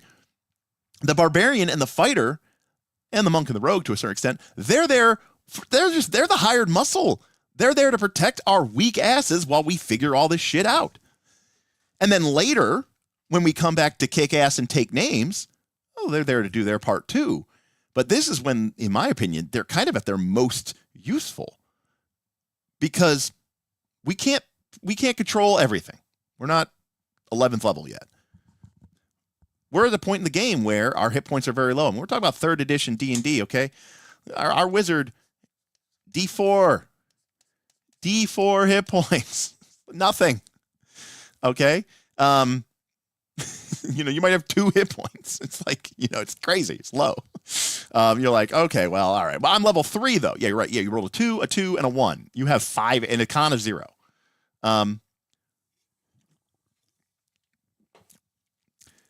Now, see, this is the mentality that I will admit my group never understood. We never understood it. Everyone has a part to play. Everyone has a part to play. And, if you're like, why don't I get to be the person who acts as a living radar machine? If that's what you're jealous of, that you didn't get to act as a living radar machine, I don't know what to tell you. It's like, I have 5 hit points and I'm a living radar machine. You have 38 hit points and you can kill an ogre in a single hit. I mean, we all do different things. No, I said we're the dead weight. I'm saying the wizard, the cleric, the druid, they're dead weight. They have no combat potential. They have no hit points. They have, at least the cleric has a little bit of armor class. We have no armor class. We have no combat potential. And all of our spell slots are full of fucking detect thoughts and detect law. If a monster encounter occurs, my wizard is loading a crossbow that they can't even use. So actually, I take that back. Or maybe they can. I can't remember if they can use a crossbow, right? I'm not even kidding you, because we were, we understood that the game was difficult and sometimes hard choices had to be made. Not that this was a terrible decision, but a lot of our wizards over the years, and I say wizards, but this could be sorcerers too. Okay. I think the crossbow was an option, I believe. But the problem with the crossbow is they take a move action to load and a move action, Exactly. That's exactly right, Bonus. Yeah, you misheard me. I'm saying if the wizard and cleric are loaded up on detection spells and divination spells, which they are in this situation, then the onus is on the fighter and barbarian not just to do the heavy lifting in combat, but to do all the lifting in combat. We need them to defend our weak asses. Wizards and sorcerers or whatever had terrible proficiencies. And I remember back in the 3rd edition days, a lot of folks chose to be an elf. And it wasn't for the +2 dex and the -2 con, although that was nice. Although it's like, gee, your hit points were low. Imagine them being lower. But actually, and this is really a low-level consideration, so let me be very clear about this, is elf got long sword and long bow proficiency. And that longbow proficiency, especially, short bow and longbow, I should note, with your +2 dex, and wizard kind of wanted to have a good dex anyways if you could afford it, because you wanted the AC, you wanted the reflex, and of course, ranged touch attacks used dexterity for their accuracy. So you wanted a good dex anyway. So if you could afford it, if you could swing it, your elf wizard might have a 14 dex, or if you were, if you rolled a 14 and you could spare it, you might have a 16 dex after the +2 dex. So you had a +3, and your BAB was, now granted, at level 3, the fighter had a +3 BAB. Your BAB was +1. You were only 2 less than the fighter. So with your dex and this, you were +4 to hit with a longbow. Now, longbow lets you hit from a long, far away, and you didn't have to load it with a move action. So a lot of times, we would be elves just because they had access to longbow proficiency.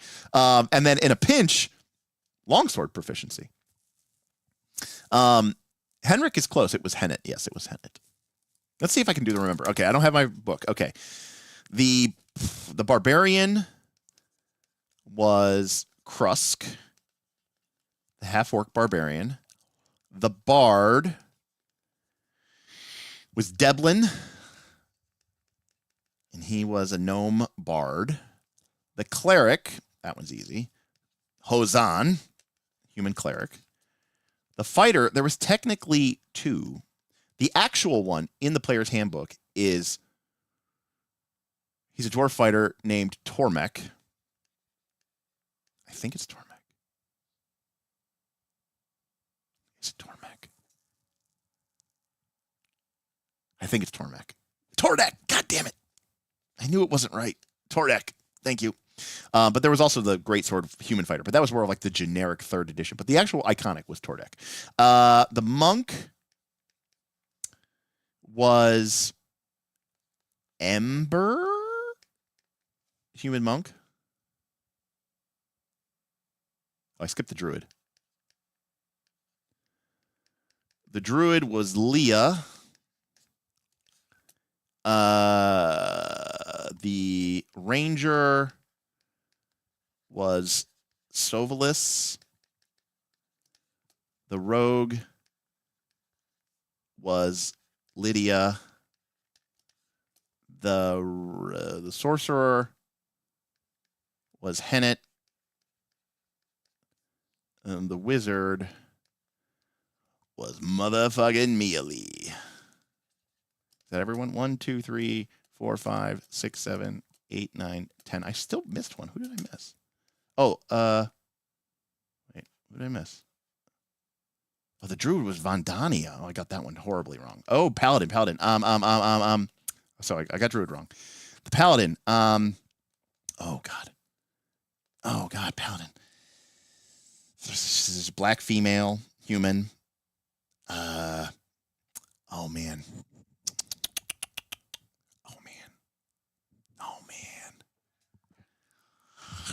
I can't believe I don't remember the paladin. Oh man. I can't. Oh gosh, this is gonna kill me. A B C. This is crazy that we're doing this right now. A B C D E F G. No, H I J K. Not yet. No hint. L M N O P. Oh man. All right, give me a hint. I can't believe I couldn't remember the paladin. I mean, the druid one I can imagine forgetting, but I can't believe I forgot the paladin. As soon as I just need. It starts with an A. Oh my gosh. A. This is a problem is that Aaron had a paladin named Ambrielle, and so that's the only thing I could think of. Oh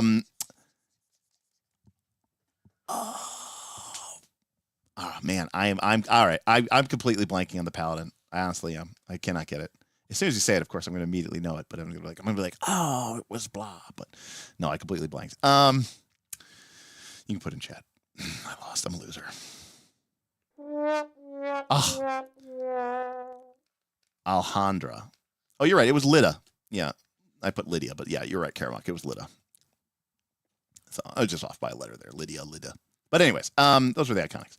So anyways, we would pick longbow proficiency because I was saying. So the barbarian and the fighter were doing the heavy lifting, right? They were doing the searching, or they were doing the protecting. They were doing the fighting. Now, the monk and the rogue. Now I know what you're going to say. Oh, this is stupid because they rely on other people. No, it's just, it's a team game. That's all. It's a team game. All right. So, what was our favorite thing to do with the monk and the rogue? Well, for starters, you have to understand that at this time, in this place, in 3rd edition, there were 2 different skills for stealth. There was move silently and hide in shadows. So there were 2 different skills that you needed in order to be able to move silently and move, without being seen. Those were two different skill sets, believe it or not. So you needed to invest in both of them. And it wasn't necessarily a great thing that people wanted to do. Now, that being said, these were two factors. On top of that, by the way, there was 3 skills for perception. What we would call perception today were 3 different skills: spot, search, and listen. So, conceivably, the only way that a character would have a good ranks in all of these was basically, if they were a rogue. Monks did okay with this because they were they had really good wisdom, and spot and listen were both wisdom based, and move silently and hide in shadows were both dex based, which they also tended to be good at. So monks had a little advantage of that. Monks' other advantage is that they had a faster movement, which we'll get to in a second. Now, we said before that this is a low level play scenario. Now, the dungeon scenario that I have built here, over here, is actually very non-standard.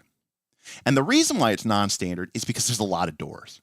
And the truth of the matter is, a lot of dungeons, were drawn or were presented, I should say, to the player, or to the players, and I'm just going to be really quick with this, as more like, so you enter the stairs and there's a T section, and then there's a room, there's an open room, and then there's another open corridor here, and yeah, sure, there's a door here, but then this open corridor goes to another room, and that's got a corridor that goes over here, and this comes down over here like this, and up here, and you know what I mean? Like, there's a door here and a door here, and there were doors, but there was a lot of what I will call open rooms and open space that you couldn't just conveniently walk up to and stand there with your 3-5 hit points as a wizard and cast detect thoughts and to cast detect monsters.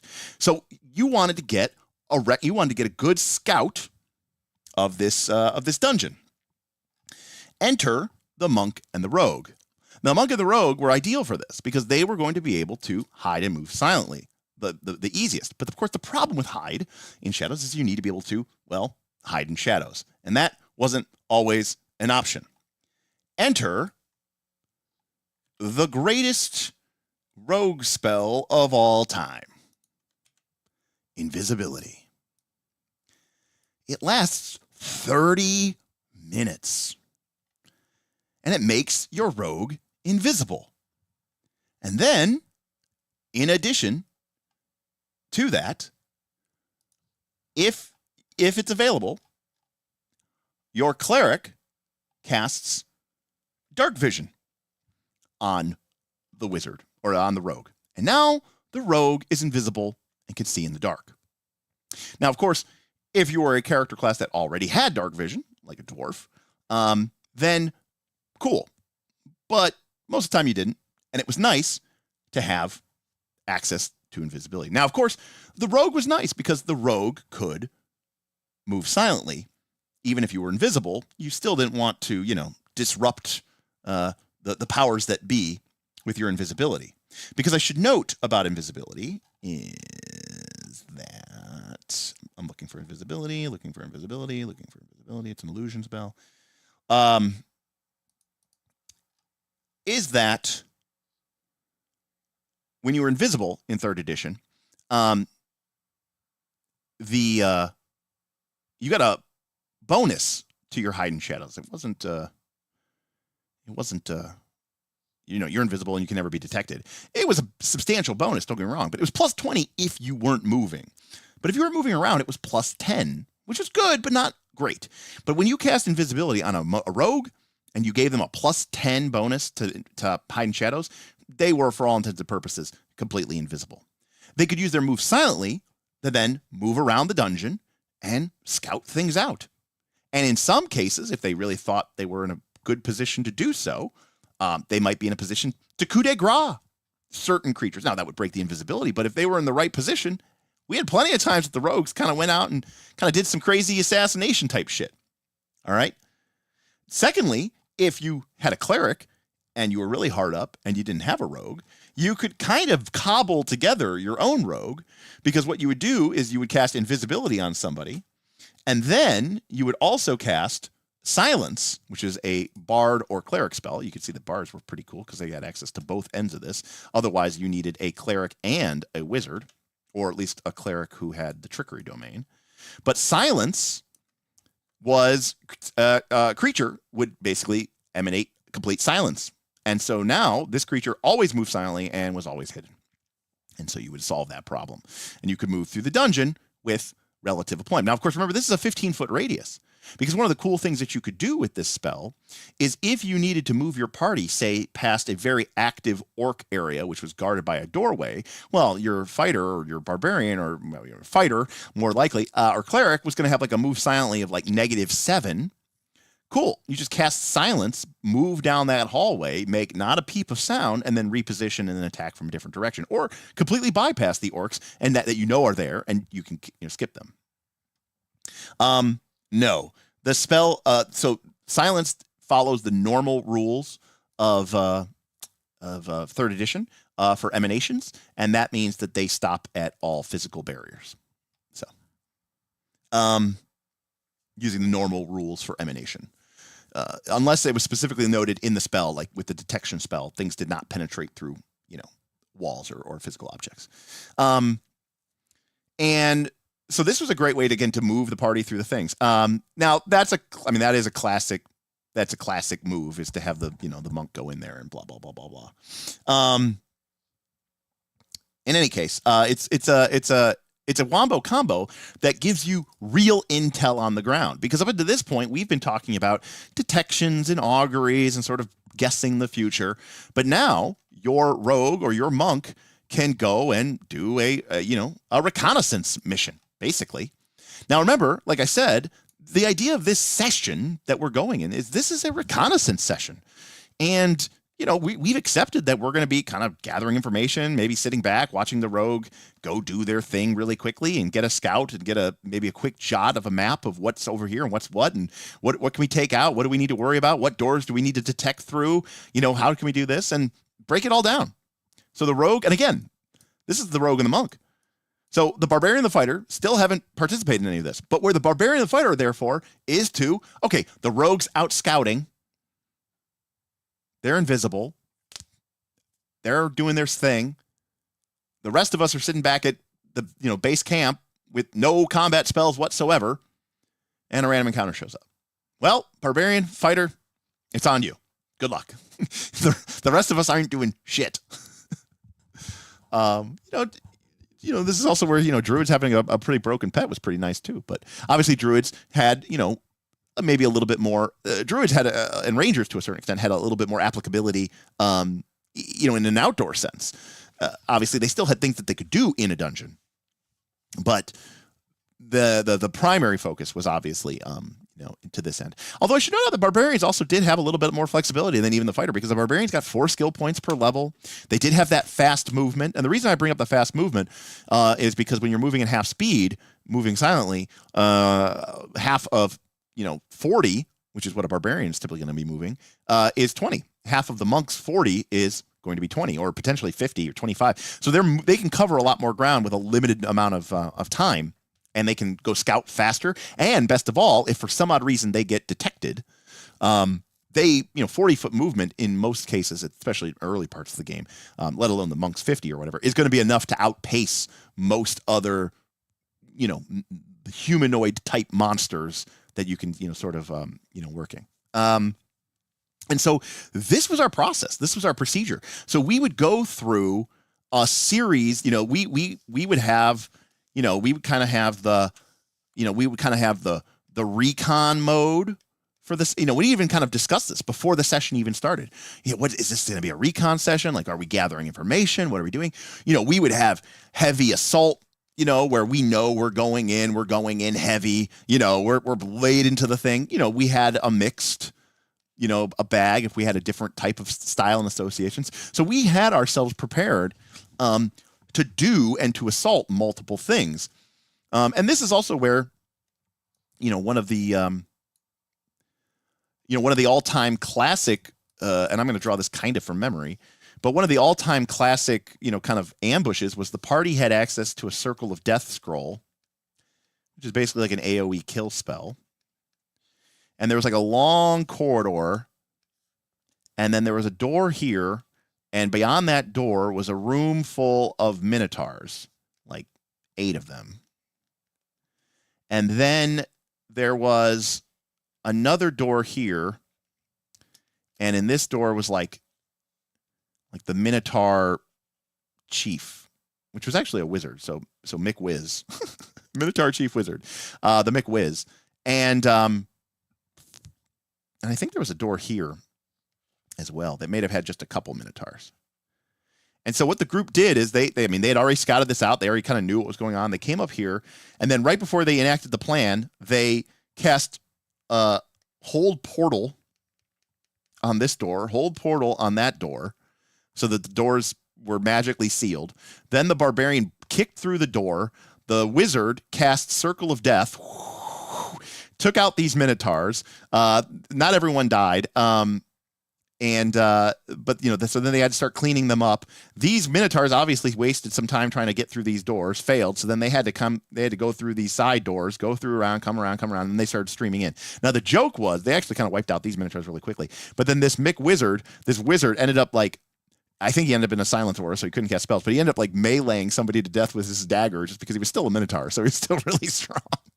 Anyways, Tim's character died, Aaron's character died, but it was a glorious death, and people remember this fight for a very, very long time. Why were the minotaurs in the room? Now I need to know. I believe this was their lair in the dungeon, and I specifically remember that the minotaurs in this room, there was some sort of wrestling pit or wrestling ring. So I think there was 2 minotaurs in the ring. I remember one of them was a barbarian. That was the big guy. And then the rest of them were kind of cheering him on, being minotaurs, being, goring, being filled with bloodlust and something like that to that nature. So that's what was happening there. So yeah, it was a group effort, and then we all worked together. And again, I haven't even talked about the higher level spells, but needless to say, it gets easier. Now, I haven't fully mentioned some of the other ways that we would use skills, or use other abilities like the ranger, because one of the classic things that we would do when we would enter a dungeon, I'm looking for where our fucking dungeon map is. This point's kind of completely covered up, I guess, is when we would enter a dungeon, one of the first things that we would start to do is use things like the ranger's ability to track, or we would use knowledge skill checks, or a combination of them more likely. And what we would start to do is we would start to identify signs of the presence of other types of monsters. And this is how we started to fill out or understand what was on the random encounter table, or at least what was in the area. So if we entered this opening area and we killed some orcs, okay, obviously we know orcs are about, but if we see also tracks of goblins, now we know there's orcs and goblins. If we enter into a hallway and we see something, not some strange tracks, and the GM's like, well, blah, blah, someone might go, oh, I have knowledge religion or knowledge undead. Can I examine them? Yes, it's zombies. And so we would start to build this knowledge of the dungeon through using skills, through using things like track, survival, spot checks, and the like, to build up a working knowledge of not just the dungeon, but also the random encounters that were there. And again, it got to the point where it became part of our process and I thought it was very fun as a GM, and so did Smith, to basically say hey, when you find tracks, in the dungeon, I'm going to tell you, oh, okay, yeah, goblins are, 40 to 55, they're pretty common. They're right in the middle. There's a lot of goblins in this track, because we oh, you see a lot of goblin tracks, it's spread all throughout this area and through this region.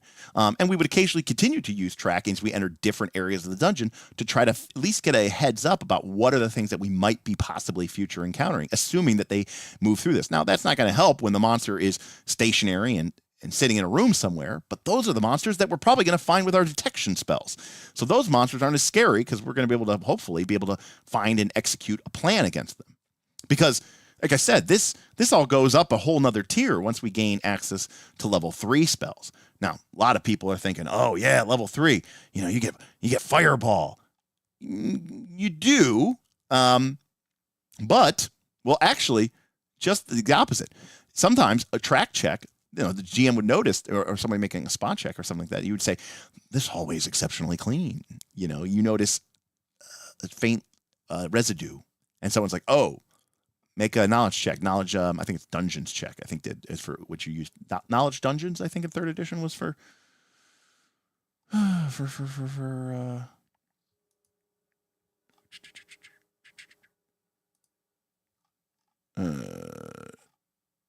knowledge. Yeah, I think it was knowledge dungeons.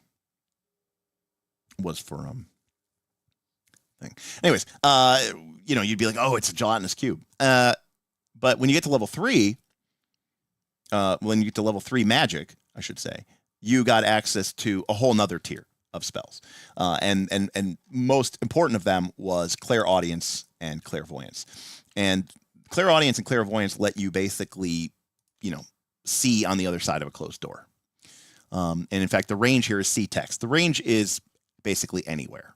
As long as you can kind of, it doesn't have to be, it has to be an obvious one, or it has to be a place that So an obvious one is like the other side of this door, right? You can't like cast it and be like where the nearest monster is, because that's not obvious. But like if you're like the other side of this door, the bottom of these stairs, what's at the bottom of this pit? And it creates a magical sensor, and then you can see everything that's going on there, or potentially hear everything that's going on there. You have to cast both versions of the spell. Needless to say, this was not a cleric spell. That's right. It was a bard, sorcerer, wizard, and knowledge domain 3. And so even if the location's magically dark, you still get to see within a 10-foot radius around it. So it was pretty powerful. And this obviously really enabled you to, figure it out. If you didn't know it was there before, you definitely knew now. Similarly at level 4. Now I said mid-range. So remember I said the mid-range was rank 3, rank 4 spells. So this is through level 7. You got locate creature. And so locate creature, you could specify a specific type of creature. This worked just like that locate object spell, except now you could specifically specify a creature. So, you say, I want to find all, unicorns. I want to find all whatever. And you just, span through this. And again, it can't detect objects, and it, but it can find pretty much anything. And the range here is the same as locate object. So hundreds of feet. Anyways, point is, it just, keeps getting higher and higher and higher, and you get more and more and more ability to learn what, you're going to do. And eventually you get access to spells like commune, which is a cleric spell, and you can ask your god a question, and it's yes or no, and you get 1 question per level. And, that's about it. Remember how I said the cleric just kind of skips all this like triangulation nonsense and they just get straight to the point? Commune is literally you go, all right, now it's 100 XP. Now, I'm not saying that's not nothing. It's a cost. This is back in 3rd edition when XP costs were, which is nice. I liked it. I love XP costs because it's like, look, you're not just getting this question for free. You're not going to cast this thing 75 times a day. But at the end of the day, you're a level 9 cleric or whatever. You get access to commune. Again, we're getting towards, quote unquote, the end game. You just go, all right, is there a monster on the side of this door? Yes. Can we beat it? Yes. Is there good treasure? No. You can just bust it out. And it's just like super, super, super easy. And of course, the ultimate, and then this is of course at the high level, like what are we even doing here? Find the path is just the ultimate, we don't need to explore anymore. It's again, it's a cleric, it's a druid spell. It's not a wizard spell. So this is actually, because the cleric and druid spells are just like auto win. It's like the recipient of the spell can find the shortest, most direct physical route to a specified destination. Note that this spell works with respect to locales. The spell enables the subject to sense the correct direction that will eventually lead the subject to the destination, including appropriate times, the exact path to take. the spell frees the subject and those from it from a maze spell in a single round. So basically just like you need to go right here, go right, go left, go left, go right. It just, it just auto basically takes you there. It's like fast travel. I mean, you still have to physically go there, of course, but needless to say, it's, it pretty much solves the issue. But that means that by the time your cleric is level 11 or your druid is level 11 and you have access to this spell, finding your way through a dungeon is no longer a challenge. And I think part of the reason why people, I don't necessarily say that everybody used these spells, but if people are like, wizards and druids were broken. Yeah, because by the time you were still playing them at level 10 and 11, D&D wasn't meant for that. Like, all these spells were made to make the whole point of D&D, what we consider to be the point of D&D, pointless. Magic was supposed to trivialize this shit. This stuff did the same stuff in first edition and second edition because the assumption was, you beat the game. Here, have the most powerful spells in the game and, trivialize all the challenges and just have fun, knock yourselves out. You weren't supposed to be doing the same shit over and over and over again for 20 fucking levels. Now, I think 3rd edition D&D was the beginning of the end of this because 3rd edition D&D very much, you gained hit points at 10 and 11 and 12 and 13 and 14. You gained new abilities at 10 and 11 and 12 and 13 and 14. And you went all the way to 20 and there was no end game. There was no, castle building, guild construction, tower construction, army building. So what else did you have to do but level up, get stronger? And that put that into people's DNA in a big way, especially when combined with years of games like Diablo or MMOs where there was none of that other stuff either. It was just level up, grind, level up, get treasure, get level up, get more experience points, kill monsters, get experience points, blah, blah, blah, blah, rinse, repeat till the game reaches its level cap. And then I guess you're done until you raid and get all the best gear and then wait for the next expansion. But this is how we played 3rd edition D&D. It wasn't always, so scientific. Sometimes we just said, fuck it, we ball, and, we kicked indoors. I mean, of course we did. We weren't always treating it like this SWAT style mission. Sometimes we had fun. But more or less, we really used a lot of this type of spell. We used divination magic. We used illusion magic. We used transmutation magic, all to sort of give ourselves advantages that we treated the dungeon like a battleground, like a war, like a campaign, and we approached it in that way. See, this might be why you and I have such a different understanding of D&D role playing. My group didn't think the game really even got started until levels 9 or higher. Yeah. Whereas, we had plenty of campaigns that went to 20th level, of course, over the years. But for the most part, a lot of our games, we would often hyper accelerate it once we would get to level, 11 or 12. Because, the characters were so powerful and we would just throw really high CR things at them. They'd level up like once a session at that point. And, we'd wrap up the campaign sometimes in a couple of weeks. Or a couple sessions. I mean, not a couple sessions, but 7, 8 sessions. Because at that point, it's just, it's not even that fun, and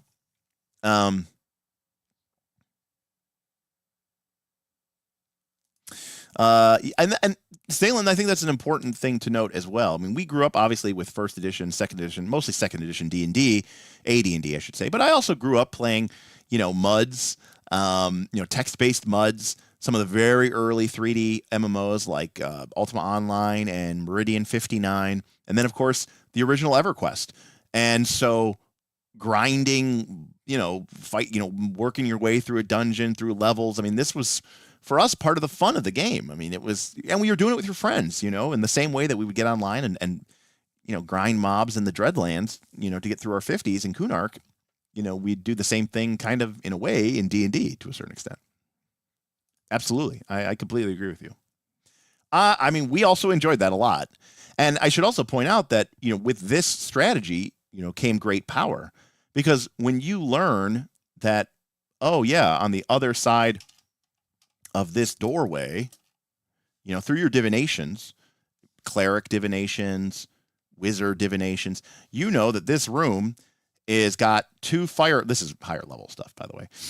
You've got 2 fire elementals along with several runic fireball traps. And you go, oh shit, that sounds like a brutal thing. And you're like, cool. All right, everybody cast fire protection spells today, and then today we'll make sure we knock out that fire room. And then if we have time, wasn't there like another room that it didn't have fire but it had a fire breathing creature? All right, we'll take that room first, and then we'll go do the fire breathing room second. And those fights should be a joke. And I've talked about this before. This is not something that Derek made up. I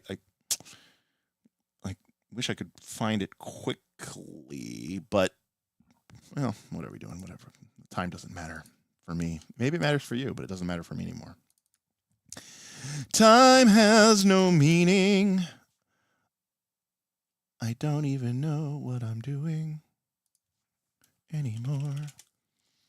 Let's see if I can find the 3rd edition Dungeon Master's Guide. Cool.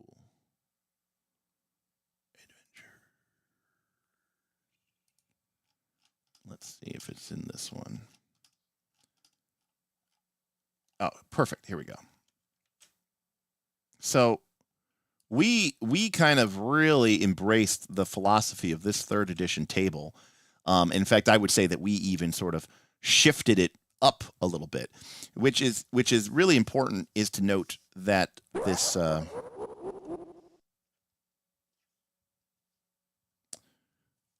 what's up, Jack? Here's some pizza money from one GM to another. Jack, cheers, buddy. I appreciate it. We actually bought pizza the other day, so we'll say it's a posthumous pizza. Thanks, Jack. I appreciate it. But yeah, so this right here, easy if handled properly. And in fact, in some ways, I think that we probably made it more like, 40% this and like 30% this or something like this. Maybe only 5% easy or something like that. 75, maybe something like that. And we really love this idea of, the idea that of an encounter that was not challenging, but very difficult. Hey, this is, you got a level 7 party, and you're like, here's a level 10 encounter that will be really tough for the party to fight. But if they know how to prepare for it, and if they know how to handle it properly, that level 10 fight is going to resolve like it's a level 5 fight. And it's going to be not just easy, not just not difficult, but actually easy. And it'll kind of be like, there were a lot of fights that were on paper encounter levels, several levels above the party. And the party would literally not lose a single hit point. Because they would use their spells, their abilities, their consumables, their knowledge to essentially execute a alpha strike, or even sometimes enter the fight immune to the creature's abilities. Very common that would happen. I remember one fight, I cannot remember the monster, but I do remember the spell. There was a fight against a group of creatures that were very poisonous. And the group knew this. And so before they entered the fight, they were like, they were like going across the party, which had like, rangers about, and they're like, hey, everyone has access to this spell. Like bards get it, clerics get it, druids get it, paladins get it, rangers get it. We all like, so like, everybody chipped in, like the 6-person party or something like that. Like the paladin cast one, the ranger cast one, the druid cast one, maybe there wasn't a druid, but like the cleric cast a couple, the paladin cast a couple, the ranger filled in the thing. And everybody in the party became immune to poison for, I don't know, 7 hours or something. Now, when the spell ends, you get affected by the poison, but that gave them plenty of time to try to heal it, cure it, deal with it later. But during that fight, when poison wasn't an issue, it was just like, oh, they're doing D4 damage, like the monsters were doing like nothing. Without their poison, these creatures were just a joke. And because they had, a wide range of characters, because D&D understands that magic shouldn't just be in the hands of the wizard, it should be in the hands of paladins and rangers and all sorts of different characters. you know, you got this really, really cool thing. Nice, Dr. Stevel. That's very coming from Dr. Stevel. That's very funny. $5 towards the cleric hireling fund. I'm hoping, fingers crossed. I'm hoping that I can get a couple things. My buddy Ross, he owns a small business. Actually, when this channel was starting, I actually started a consultancy company with him, try to kick it off. It didn't work out, which is kind of why you got Night's Last Call. But he still runs his own business, and he doesn't work for anybody. So he has his own insurance through that. And he was able to get a plan through COSI. I think it's the Council of Small Enterprises, because he has an employer ID number. I have an employer ID number because Night's Last Call is an LLC. And I'm hoping I can join that and maybe get somewhat of a good plan. Otherwise, I think I'm going to be spending like $500 to $600 a month for like a shitty high deductible plan that basically has like a $3,000 out of pocket deductible, but still paying $600 a month for that. So yeah, so paying like $7,000 a year for the insurance, and then my insurance doesn't kick in until after I spend $3,000 out of pocket. That sounds about right. That's about what I'm going to pay. Ding. God bless America. Well, that would be awesome. Everybody would cheer that. That would be cool. Absolutely. And I understand. I mean, that is appealing. That's appealing to a certain group of people who want a very, dialed to 11 superhero type experience, the build experience. That's the Diablo experience, right? That's the MMO experience, right? Making a build, thinking about my strat meta, and then being upset when you can't use your build to overcome all challenges. But part of the allure or fun of D&D, at least in that time, was the face roll build is a good way to put it. It's all about the gonzo, the overtop, the idea of like, right, not like, how can I build a multifunctional character? It's like, can I build a character who that can out damage everybody else dual wielding, frying pans? Like it's the meme builds, and then like, people are, which is fine. I'm not saying that, I'm not trying to yuck anybody's yum, by the way. If that's the way you enjoy the game, I more power to you. I mean, there's also people out there who really enjoy the game by being like, oh, I can't play the game unless I have like a character who has like a 4 stat in, strength and whatever, and suffers terribly every day of his life. Okay, cool. Like, there's different ways to enjoy it. It's just, different cultures of play style. This is just about the way we played the game, and we found a lot of enjoyment. And, I know I just said it's all about kumbaya, not yucking anybody's yum.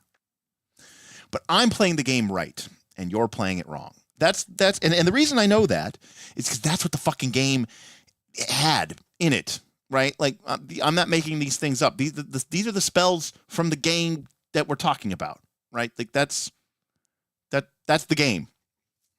Your version of the game is not the game, because I'm using all the stuff in the game. I'm using the buffalo. I'm using the whole buffalo.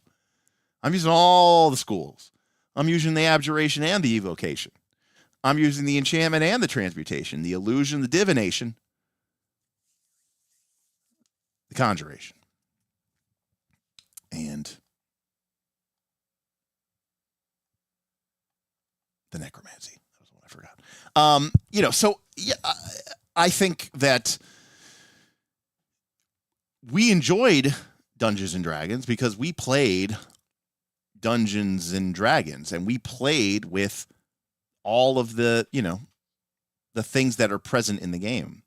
And this process of exploring dungeons, I mean, this is built into the DNA of D&D itself. These spells are somehow still here in 5th edition, as I understand. Like, if we go, and now I'm curious, I don't know shit about 5e. So this is going to be an experience for both of us. Well, for me, because you're going to be like, oh, Derek, I already knew this. But I don't know. I'm clueless. I'm super noob here. So I'm going to the 5th edition SRD, which I don't think I've ever been to before. I'm going to spells. We're going to go to wizard. Okay. Do we have it by? No, they don't have it by. They don't have it by school. All right, here we go. Detect thoughts. Here we go. The spell that I was saying is awesome. Okay. Okay. Okay. Well, there's a lot of text here. Somehow there's more text in the 5e version than in the 3rd edition version. That's pretty wild. Concentration up to 1 minute. Okay, so less time, but 1 minute's probably enough. For the duration, you can read certain thoughts. When you cast a spell, when you cast a spell, and as in your action each turn, you can focus your mind on any one creature. And there we have the rub. Oh, you can see, but it doesn't say here this. You can use the spell to detect the presence of thinking creatures you can't see. You can search for thoughts within 30 feet of you. It can penetrate barriers, but 2 feet of rock, 2 inches of metal, or a thin sheet of lead blocks it. So it still kind of has this. Right? It still kind of has this presence. I mean, this is still... I mean, it's not as good, to be clear. The divination's a little lower. The range is 30 feet instead of 60 feet. But fundamentally, this is still pretty working the way I would expect it to. Okay, locate object.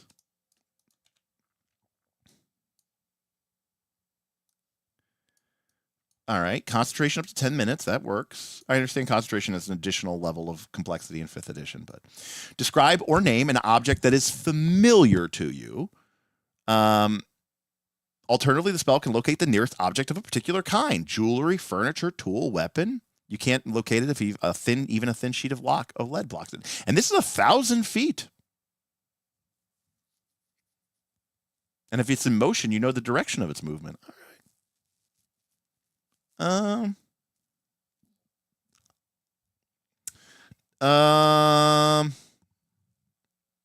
I don't think so, right? If it's a ritual castable spell, right? Wouldn't it say ritual?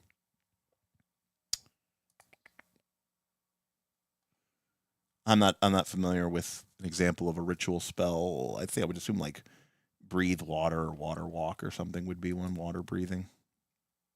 Yeah, no, these are not rituals. Water breathing is a ritual, it says so, but these are not. Which I'm okay with. I mean, I think that this should be in the thing. What's up, Yuval? We're discussing how my group used to conquer dungeons in 3rd edition D&D. Yeah, no, these spells did not. I wonder if most people use detect thoughts for social encounters now. Maybe. Maybe. When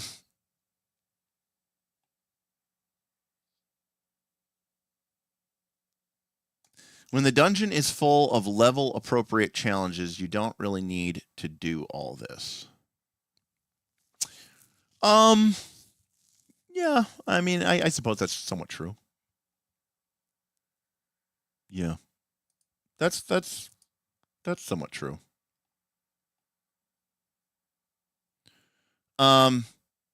So, I mean, again, and the reason I bring this up is because 5th edition was, right, because let me be clear.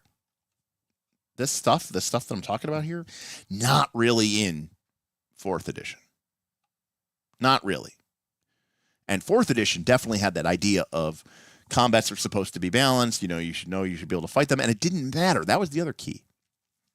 See, most of the reason why this doesn't matter, or most of the reason this information matters, is because if you know this stuff, but remember what I said player agency requires? It requires knowledge, but it also requires the ability to actually do something about it. So in 3rd edition, you can acquire this knowledge through skills, through reconnaissance and invisible rogues and silent monks and divinations, asking God questions, cones of detection. But then you can do something about it. Oh, it's a bunch of undead. Okay, let's make sure that we are ready for that. Oh, it's a bunch of orcs. Okay, let's maybe take different spells or take a different approach or think about things differently. Oh, it's a fire creature. Well, we should probably consider that if we have an option. Oh, you resist energy. Okay, I'll take resist energy. In 4th edition, you could gain some of this information through some of the rituals that were in the game. They weren't nearly as good as this, but they were there. The problem was 4th edition.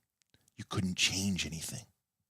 There was no strategic element to your character choices because you took your powers when you leveled up, and then those were your powers. They couldn't change them. And consumables were, like kind of in PF2, weak, not really all that useful. So your ability to strategically overcome challenges in 4th edition was purposefully limited. And why did they purposefully limit the strategic choice or the strategic decision making? Because if players remember I described the fire encounter, the 2 fire elementals, and there's a bunch of fire gout traps in the chamber. And the party goes, oh, we know about that. We use divinations about that. The cleric cast a spell and used a divination spell, and the GM told them, in a mysterious riddle, flames of fire light the path to certain wealth, but certainly the flesh will burn. And the player's like, okay, it's a fire room, And they go in there with resist energy fire, and they go in there with protection from energy fire, and they take no damage. 4th edition, and to a certain extent 5th edition, and definitely to an extent Pathfinder 2, would see that encounter as a failure. And I think that's probably the single greatest difference in the perspective of these games. You see, for my group and my players in 3rd edition, if they discovered through their reconnaissance process that this chamber contained a bunch of fire creatures and fire traps, and then they were able to use their spells and abilities and consumables to basically negate that encounter and auto win, they would be like high-fiving each other. They would not be on Reddit bitching about how they didn't get to, do something cool in the fight because it was kind of over before it began. I, the GM, would not be on Reddit bitching about how my players, face rolled an encounter because they cast a couple of protection spells because they learned what was in the chamber. To me, that was awesome. That was great. I loved it as a GM, and I loved it as a player. And I loved, letting other people do the thing. Why did I need to cast fire? Why did I need to cast damage spells in that fight? I already did my hard work. I already used some of my spell slots. There were times in Dungeons and Dragons, I'm not even kidding. Beowulf, you'll appreciate this. But this is my version of Beowulf, all right? To be clear, Beowulf's version of Beowulf is him describing that there was, he's like, I'm totally fine sitting back and letting a roleplay encounter occur between 2 other players, and it could go on for hours, and I might not even be in the scene, and I'm totally okay with that. And I said, that's terrible.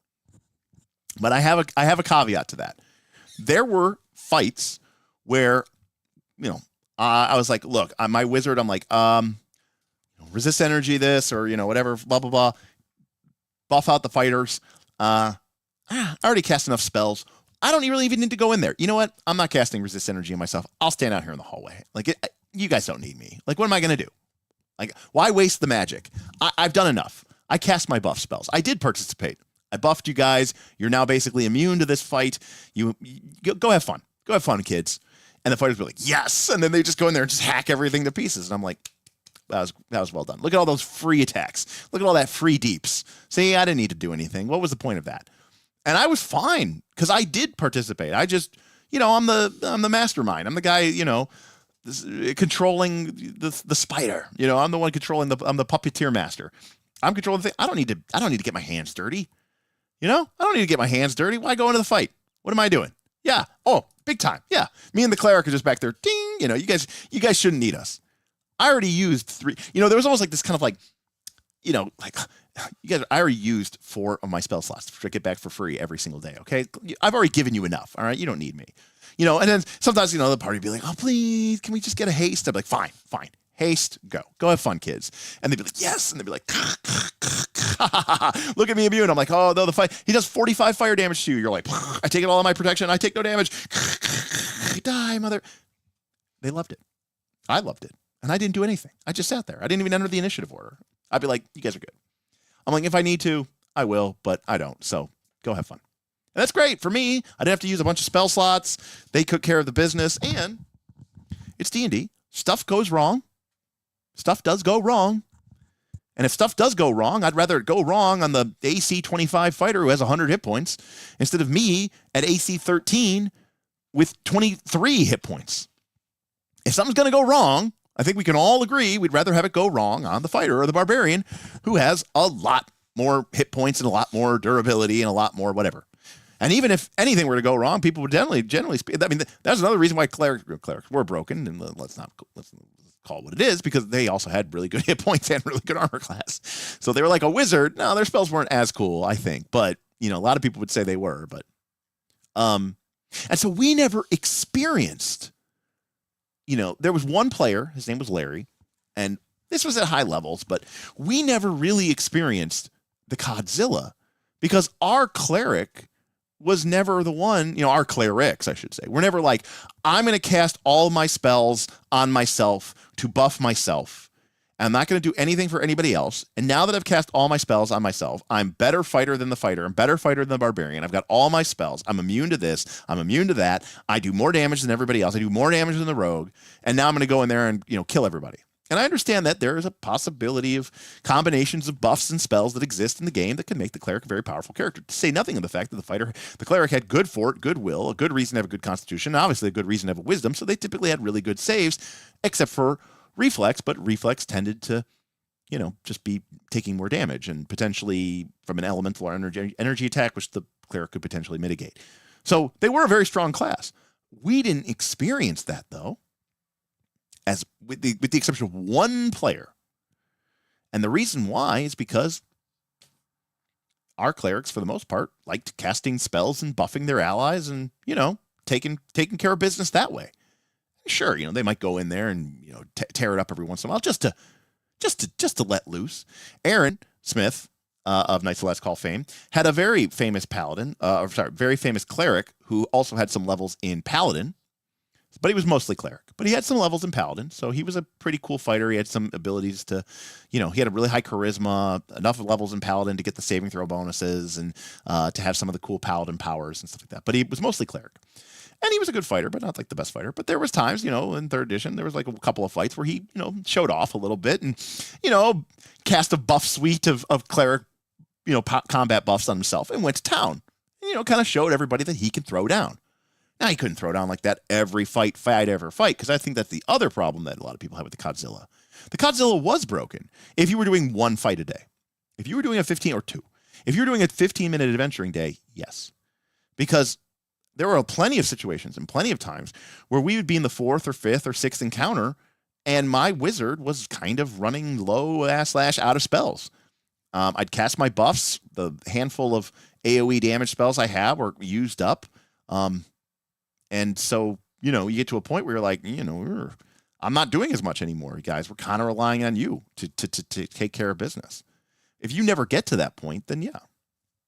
Also, you know, very famously, I had a very powerful wizard. His name was Asinius. We messed with some people or whatever, the wrong people, the evil overlord. And the evil overlord sent an assassin after our party, an NPC assassin after our party. And you know what he did? The first thing he did? We kind of like wrote it off, and then he assassinated me. Like that was the first thing he did. He just killed me. Like he was like, okay, I'm going to kill the wizard. I'm going to kill Derek because he's Derek, and I'm going to kill, you know, the wizard and take him out of the equation.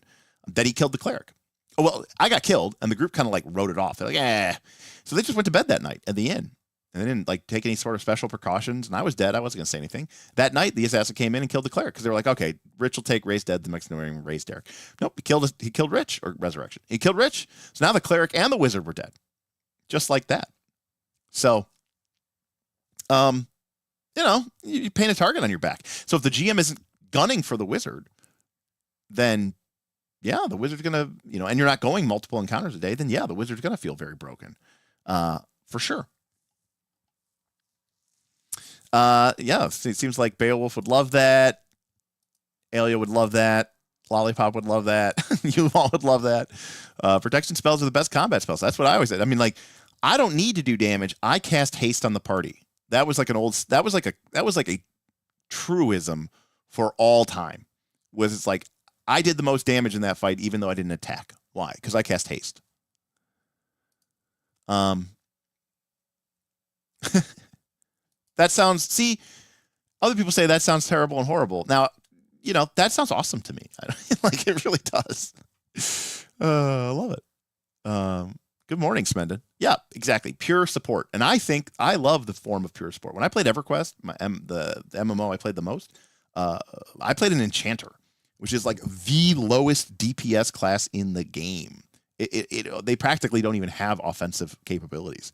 They are almost entirely a support and crowd control class. What's up, Nicholas?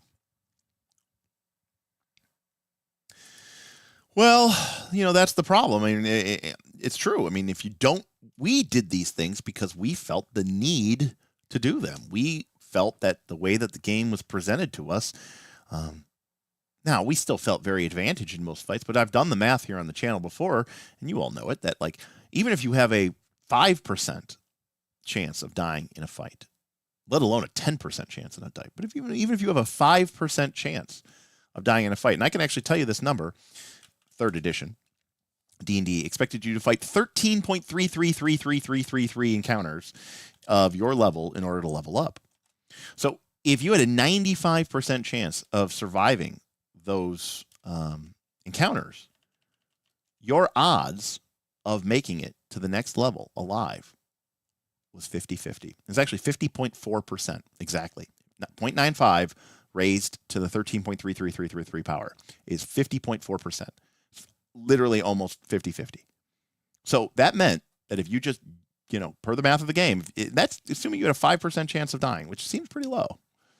You only had a 50 shot of making it to the next level. So we felt like we had to take matters into our own hands and make sure that those odds were more stacked in our favor so that we could actually level up. Because this was at a time and a place that when you died, even if you did get a raised dead made you lose a level. Resurrection made you lose a level. You lost the experience permanently. So if you were dying every other level, you'd gain 2, lose 1, gain 2, lose 1, gain 2, lose 1, gain 2, lose 1, gain 2. It would take you forever. So we did what we had to do.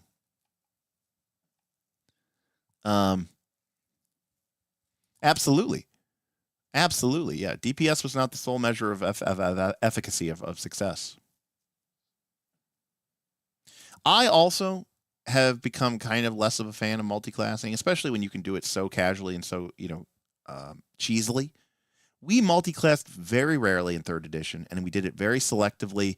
We never did it for like OP or character building, broken stuff. It was always very thematic and on point. I thought my players just did such an excellent job of just, building characters. I can honestly say, I don't think I ever had a 3rd edition character that multiclassed. Honestly, I don't think I did, or Pathfinder 1.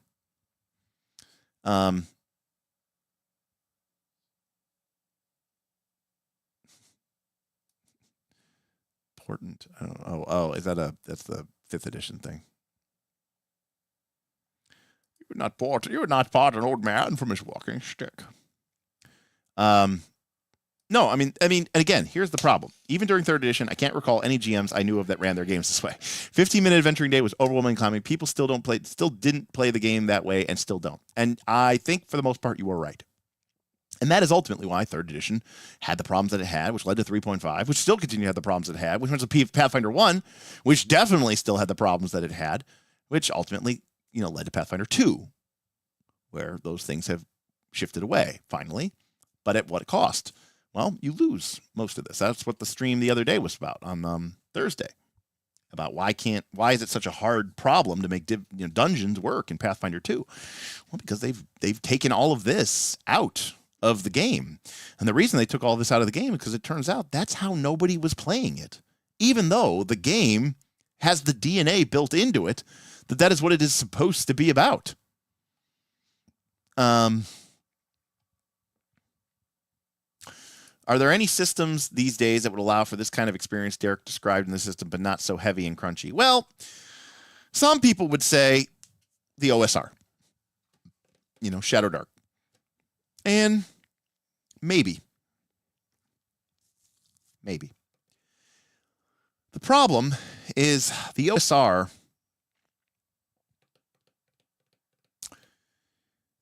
is a copy. It's like a copy of an idea of what the game was, rather than being a copy of the game in some ways. And perhaps the easiest way to describe this is a lot of things that happen in OSR will be like, oh, spellcasting is so dangerous. Whenever you cast a spell, it could summon a demon. Okay, cool. But when that is your spellcasting system, nobody's going to play like this. Like, it would be stupid. Like, magic is for most dire moments. You may only cast 1 or 2 spells the entire campaign. Okay, so who's going to ever be a wizard then? Except for some super sadist? Nobody. So, I don't know that there is a game system out there that does this the way that 3rd edition did it, and arguably 2nd edition did it, that isn't so crunchy.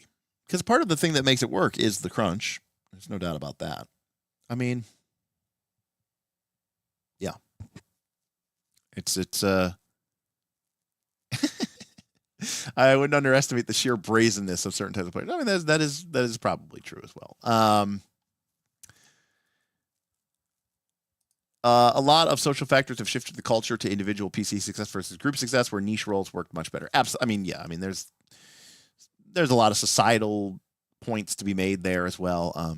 Again, when we played as a group, nobody, like, what's the saying? Like, if you're mad at your teammate because they hit the game-winning home run, like, get a new sport or something like that. And you're like, well, that's just a game. And I'm like, okay, well, what is the thing that you're doing? It's also just a game. So what are we talking about here? Like, we never, I can't even begin to stress for you how much we didn't care. In fact, we high-fived the shit out of everybody, including the person who cast it. If a fight broke out and, the barbarian off rip Vorpal sworded somebody, or if the, cleric cast a death spell on them, or, they got rocksered by a disintegrate and turned into ash and dust, we were all like, woo, we thought it was awesome. Like, we just didn't, that's like watching, you're like, oh man, we're down, how are we going to win? Oh my God, Shohei Ohtani just hit a grand slam home run and we won. You're not like, damn you, Shohei. I wanted my at bat. Well, it turns out, Smendon, that appealing and pandering to player fantasy is a good way to sell books and sell a system.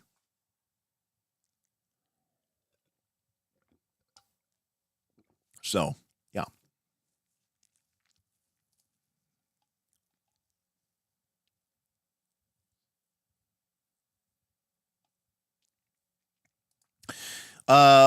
Question, Derek, was niche protection in the system design ever a concern at all for our group? Not so much. I mean, we were aware that it was there, and like we definitely, for us, it was more about the style of how you did something rather than you being exactly, niche. So, like, we didn't want somebody to like copy somebody's style. I think that was more important to us than niche protection. But generally speaking, I mean, it was pretty well carved out and cleared out what people did. In fact, in some ways, it was kind of like the 4th edition roles, where it was like, okay, the wizard kind of mostly deals with crowd control and,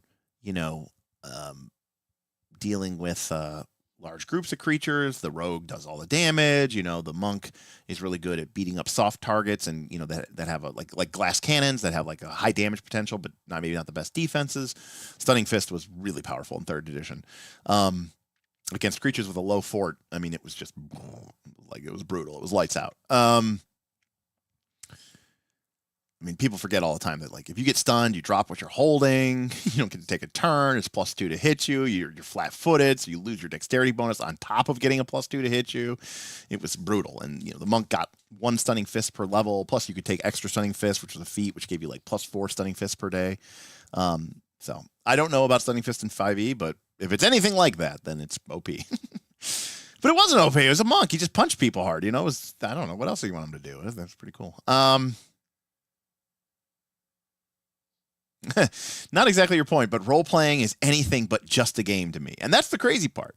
It is totally just a game to me. It is fun. It's a fun game. It's a fun series of activities. But my God, is it just a game? And I say that as I sit in front of, tens of thousands of pages of RPG books. Sorry for joining later. What I'm really curious about is how you handled mid-delve PC replacements. Stefano, it depends on the campaign. And quite frankly, there was a common house rule that we would have people come in 1 level lower than the lowest level PC. That was pretty common. So if we had 2 6th level PCs and a 5th level PC, you might come in at 4th level.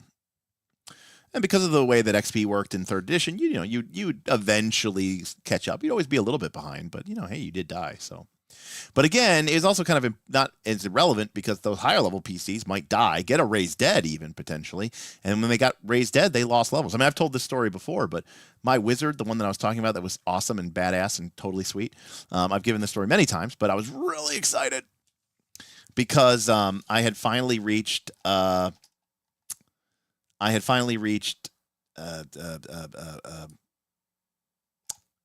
mind is blank.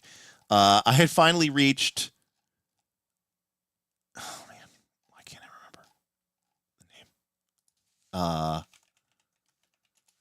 My brain is just not working. Oh, okay, I had finally reached 9th level, and I could cast teleport.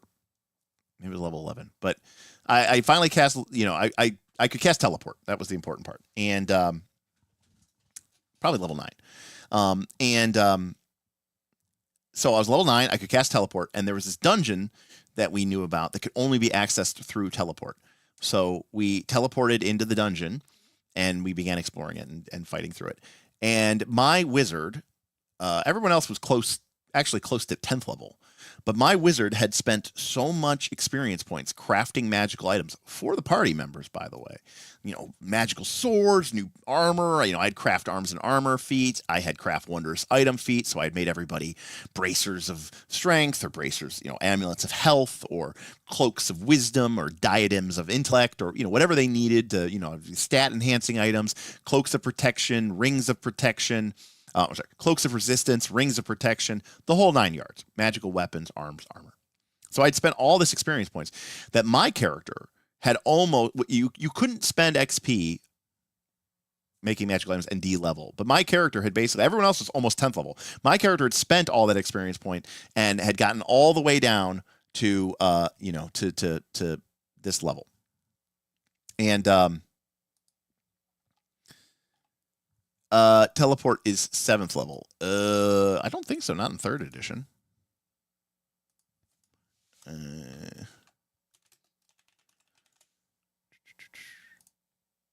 I think it's 5th level. You might be thinking of greater teleport. Greater teleport is 7th level. But teleport was 5th. At least in 3rd edition. They may have changed it in PF1. Anyways, so I had lost all this experience points. And I was only 50 experience points or 100 experience points above, what you needed to be level 9. And then we fought this stupid monster. And the funny thing is it was completely broken. And it was essentially it was a banshee. And Aaron had tried to warn us because it said on the door, it said, "Beyond lies a creature that is broken." And we were just thinking oh, like its spirit is broken. We thought it was undead, but Aaron meant like, it was broken. And the thing is obviously it killed us. I mean, it killed me. But the thing is Aaron was like, well, you did have the sword that was capable of generating a silence aura. And like, we were just like, oh, damn. And like the guy who had the sword was like, I'm sorry, that's on me. That's on me. Anyways, so we totally had a way to solve the fight, right? We had a way to make the hard fight easy by using clever use of magic items, but we didn't have it. Anyways, we walk in, the Banshee, it materializes from the ethereal plane. Might have been a surprise round. It shrieks. Now, I had a familiar named Raven. It was a Raven. And there was a little known rule in 3rd edition that when your familiar died, you lost like 100 or something like 50 XP per level or something. I don't remember. It was like a couple hundred XP. It was mostly irrelevant. But the Banshee screams. I pass my fort save and don't die. My Raven familiar does not pass his fort save. It dies. I believe Aaron's exact words were, when the Raven died, my familiar died. So I lost a couple hundred XP, but I was barely level 9. So I went from level 9 to 98% of the way through level 8. So now I'm level 8. I'm almost level 9. I'm just I'm like 100 XP away, but I'm technically level 8. That was a surprise round. We roll initiative. The Banshee wins initiative. It screams again. I fail this fort save, and my character dies. When I get brought back via Raise Dead, I come back a level lower. So I was almost 9. I was like 98% way through level 8 because I just lost it. But then when I got brought back, I'm level 7. And when you got brought back, you were 50% of the way from level 7. So this means that my character, let's see if we can find it. 3E XP chart. Nope, that's 5th edition. Here we go. Yeah, here we go. I think this is right. Yeah. So my character went from like the rest of the party had like the rest of the party was pretty close to 45,000 experience points because they were very close to leveling up. So I had spent like 10,000 experience points. So I was like at let's just call it 36,000, oh, come on. You can do it. I believe in you. I believe I can fly. So I was like at 36,200 or something, right? Really, really small. And then I lost a couple hundred experience points. So I went to like 35,000. And then I died and got raised bread, which means I came back at like 20, what is that? 24,500 or something, or 20 something like that. So I lost like 12,500 experience points in like, I didn't even get to go. It died in the familiar died in the familiar died in the surprise round, and then the Banshee won initiative, and then I got killed. And no doubt, right? Look at my fort save. I was level 9 character. My fort save base was +3. My con was probably like +1, maybe. So I probably had maybe I had like a cloak of resistance +1 or +2. So my fort save was like +4 or 5. Right. So now I was dead, and the group did not have access to teleport. So to get me out of the dungeon, the cleric had to spend several days casting airwalking up to the ceiling of the dungeon, and then using all of his spell slots on stone-shaped spells to keep creating and carving out stairs that would eventually, or a shaft or something, or whatever, that would eventually lead to the surface. And it took several days. And finally, they got me out. And because the cleric, I don't think he was high enough level to cast Raise Dead or something like that. There was some reason he couldn't cast Raise. Oh, but they didn't have the diamonds. Anyways, that was what we call a hard beat. That was a tough beat. That was a tough beat. And here's the thing: I wasn't mad. It was just the way. I don't know. It's just the way it goes. I don't know. I didn't know anything different. Even as I tell that story now, I think it's awesome. I don't know. I'd be all for it. You get, experience, you get it back. Besides, I get to keep playing the game longer. It's cool. I get to re-earn it. Plus I pointed out that when I gained 8th level and 9th level, I got to add 2 spells to my spell book. Well, those spells didn't go away. So if I regained the level, I would have gained back, I would get to get 2 new spells in my spell book. That's true. We did not have Reddit. Although, there were internet forums back then. Ian World existed. I mean, that was definitely around. Dragonfoot, Ian World in particular was huge.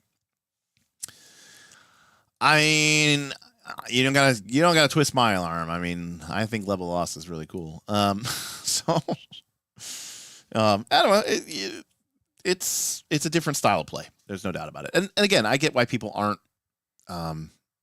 If what you're going for is a different style of play, but what I would argue is if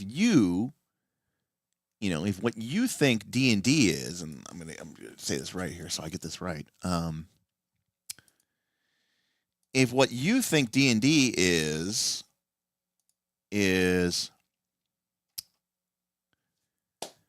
D&D is a story where a group of messy, flawed people embark on dangerous fantasy adventures, growing into a heroic found family. If that's what you think D&D is, and according to these people, that's what they think D&D is / has become, then I don't think you should be playing D&D. I think you should be playing Dungeon World 2 when it releases later this year. Because that's what Dungeon World 2 is trying to capture and is trying to emulate. So, now, like I said, I could do a whole stream about Dungeon World 2. In fact, they released a new article. I haven't gone through it yet. But fundamentally, that's a game that is going to do what D&D, or what people think D&D, what does a D&D style story mean? D&D style story to me is everything that we've been talking about for the last 3 hours. D&D style story to everybody that's been playing in the last 5 years is something very different. And that's one of the reasons why I am incongruent with the current modern meta. Absolutely, lolly. I mean, dungeon is war. Campaign is war. The whole game is war. Absolutely. I mean, say what you will. To me, what I described tonight, that is the peak of simulationism. Right? Everything I described tonight had absolutely no narrative basis. Absolutely nothing was gamist. There was no balance. We were talking about alpha striking these things in Oblivion. They had no chance to fight back. I wasn't even playing in the freaking combat because we had already won. I was talking about losing 3 levels because Aaron made a broken character, or 2 levels instantaneously, and Aaron making a broken character because Aaron made a broken monster, and we didn't ignore we ignored the signs. But that's the way it goes. And there was no effort here there was no mechanics for character arcs, and what about my story? And here's a fate point for embracing your character's downsides. No, this was simulationist gaming with just a sprinkle of gamist. Just a sprinkle of gamism. And that's what D&D was, because D&D was based on war games. And it still is. Now, Dungeon World 2 is not, but D&D, even 5e, kind of fundamentally still is. But it's just a weird, horrible amalgamation that they've tried to neuter so much that it doesn't seem to do either. And it certainly doesn't do what people want it to do. That, D&D 5e might be a fine game, but it's that's the only problem. A D&D story nowadays is honor among thieves. They reference that. I don't know if you're specifically referencing that, Alia, but they say some example touchstones in modern media are The Legends of Vox Machina, Dungeons and Dragons, Honor Among Thieves, and Guardians of the Galaxy. Now, I thought the D&D movie was bleh. I thought Guardians of the Galaxy is fun. I haven't watched Legends of Vox Machina, but if that's what D&D means to people, messy, flawed people going on dangerous fantasy adventures, but growing into a heroic found family, if that's what D&D stories mean, then I can tell you D&D does not do that at all. Maybe Dungeon World 2 will. So good for them. It's complicated, Stefano. I mean, define what you mean by 5e coded. That's what I would ask you to define that. But I should do that. I should do that DW2 stream. Yeah, well, maybe. I mean, I will. I don't want to. It would be called. And I've said this before. I would say, Dungeon World 2. I don't know. It's like Dungeon World 2 is gonna be perfect. Parentheses. I'm so utterly disappointed. Like that's the clickbait title. But that's like totally true. It's not even clickbait. I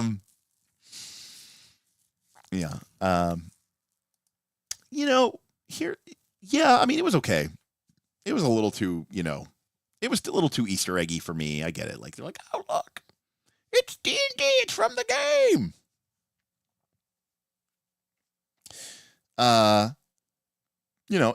It definitely captured the absolutely nothing is ever serious in a D&D.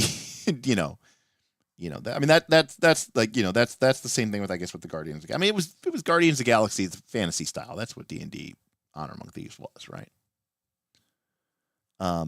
Yeah. So if 5e coded means critical role coded, then yes. In fact, they have openly said that. That is basically what they are trying to do, is create that kind of experience, or emulate that kind of experience, which is fine, which is great. That's just not what D&D means to me. So when I think about emulating a D&D experience, it is not messy, flawed people going on dangerous fantasy adventures and growing into a heroic found family. That's not what D&D means to me. That's why, Dungeon World 2 for me is perfect. And it sounds like they're doing exactly the right thing, but it's very disappointing for me. It's a very big disappointment for me.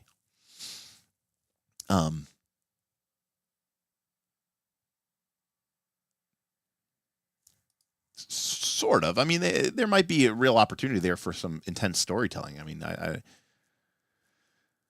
Beowulf, man, it was fun, but I want more than just fun. I mean, it's fantasy Beowulf. It's kind of hard to make it serious, at least in D&D. I mean, when the character can turn into a deer and then a mouse. I mean, it's hard to make that serious with a straight face.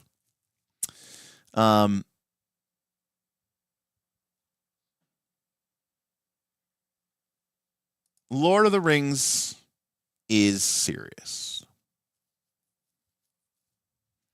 Yes, Lord of the Rings is serious. But again, it's not what most people would consider fantasy anymore. Hobbit is fun for some people. You didn't like The Hobbit? I love The Hobbit. In some ways, I like The Hobbit as a story more than I like Lord of the Rings as a story. But I'll do you one better, Beowulf. Oh, the movie series, The Hobbit is horrible. It's the worst thing I've ever seen in my entire life, and I'll never see it again. But can anyone guess what my favorite Lord of the Rings book is? I mean, the answer is obvious, but is it The Hobbit? Hobbit's my favorite story. There's no doubt about that. But this should tell you maybe. Yeah, there it is. Good job, Yuval. That's right, the Silmarillion. I'm more interested in. I think the story of the Lord of the Rings is kind of meh in some ways. But, and I think the characters are kind of meh. I actually think the movie characters are far more compelling than the characters in the book. I don't think Tolkien could write characters very well, quite honestly. You know who also couldn't write characters well? J.K. Rowling. I was a huge Harry Potter fan. I mean, partially I grew out of it. Partially, she's had some pretty nasty bad takes, but also like it just got turned into it got D&D. Well, D&D before D&D, just a Harry Potter everything, and it just got too much. But I never liked her characters. I thought she did a terrible job with her characterizations. But I love the idea of the world, and so Tolkien to me is more of a world builder, and I would rather play a game in Middle Earth than read Lord of the Rings, you know? And I would rather play like a Harry. I'd rather play like my interest in Harry Potter, and this is back when the books were coming out, like can basically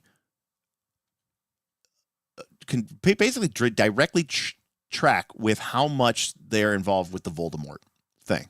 I just despised everything with Voldemort, and like you might so Prisoner of Azkaban is your favorite book? No, but even though that's the only one that doesn't really deal with Voldemort. But the thing about the like, technically Tom Riddle is Voldemort, but it's technically an echo from Chamber of Secrets. But the thing is, Voldemort, he just shows up at the end of the Chamber of Secrets, and he's not resurrected yet, and it's not a big deal. And same thing happens in Book 4, Goblet of Fire.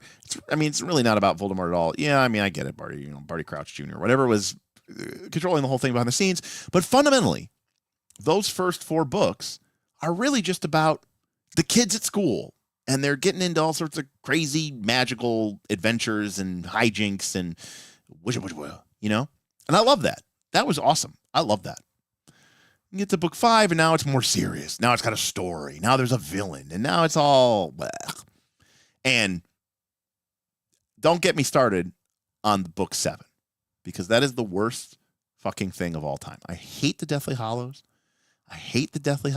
She dropped that at the last second for no particular good reason. Here's this whole separate subplot with the Deathly Hallows, and in book 6 at the very end with Horcruxes. It's like, this is what you've now talked about this at all. And then the worst part about book 7, if you read your original Harry Potter books, on the spine doesn't say book 7, doesn't say book 1, doesn't say book 5.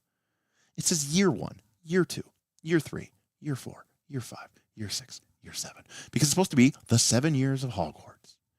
They don't even fucking go to the school in the 7th book. It's until the end when they're like, I don't know, fighting like some Lord of the Rings style Helm's Deep battle. It's horrible. And I'm going off on a rant now. The single greatest, I remember I said she can't write characters. The single greatest moment of character assassination that I've ever experienced in my entire life. I was so enraged at this. I would have to go open my book. It's possible that like the page is crumpled because I was so angry. Okay. There is a character. Obviously the main character is Harry Potter. Okay. But there is a character who from the very beginning was by Harry's side. And I'm, of course, talking about Ron Weasley. And, you know, Hermione had, in her own way, her own gifts. You know, she was the smartest witch, and she was this, and, you know, so she had her own thing. Harry had his own thing. Ron didn't. Ron was never particularly good at anything, right? Ron was he wasn't the funniest Weasley. He wasn't the coolest Weasley. He wasn't the toughest Weasley. He wasn't the smartest Weasley. He wasn't the strongest Weasley. He's just randomly thrown in the middle. You know, at least Ginny is the youngest and the only girl.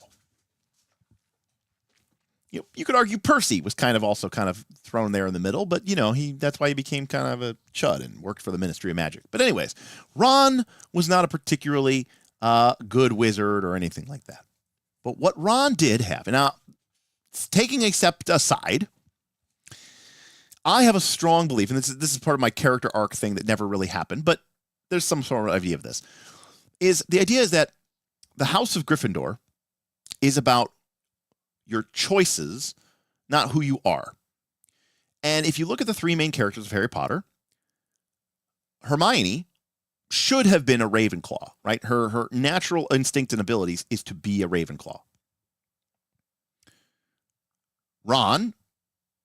Harry should have been a Slytherin, right? In addition to being possessed by Voldemort, they even talk about this in the books, right? Like he had a certain penchant for, breaking the rules and doing, if you think about it, right? Harry breaks a lot of rules. He gets away with a lot of shit. Like he's kind of probably people at school should probably hate him because he's kind of a jerk, right?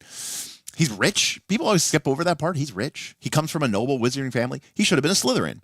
And Ron should have been a Hufflepuff, right?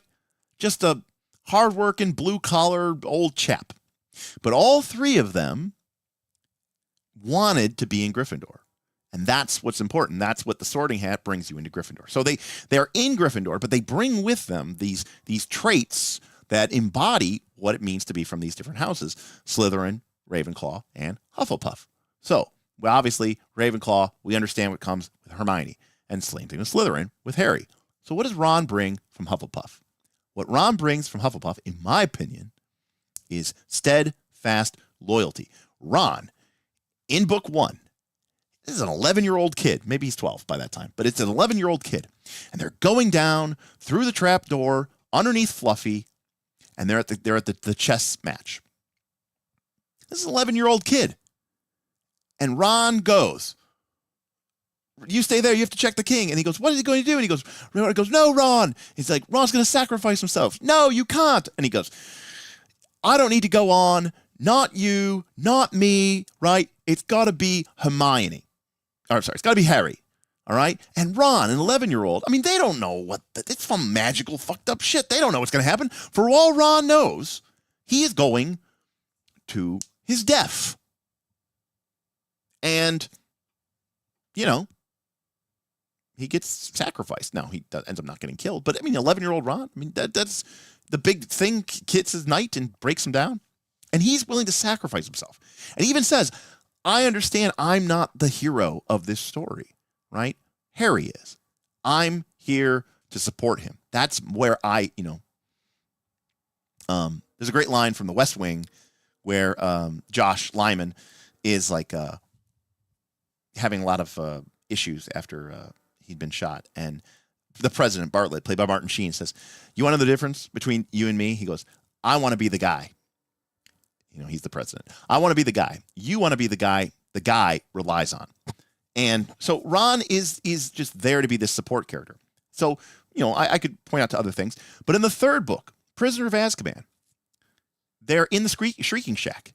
Okay, and they don't understand fully what's going on yet. Sirius Black, who at this time they think is a crazed escape person from Azkaban who wants to kill Harry, breaks into the Shrieking Shack. And Ron, who at this point, by the way, I think has a broken leg, drags himself up off the ground and gets in front of Harry, in front of Sirius, and basically tells him, "You'll have to kill me you have to go through me. You have to kill me to get to Harry." That's Ron. That's 13-year-old Ron or 14-year-old Ron. Now, they do have a brief moment, which I think is valid, which is like during this, like, you know, book 4, whatever, during the Goblet of Fire, where, again, Voldemort's not back yet. But maybe, you know, Ron has built up a little bit of resentment over the years, and Harry gets thrown into the Goblet of Fire, and Ron's kind of like, "Oh, you know, you're doing it again. You're making me second fiddle." But they make up and they understand. And then at the end of the book, Voldemort's back. And now, like, the shit is for real. So then we get to book 7. And Dumbledore is dead.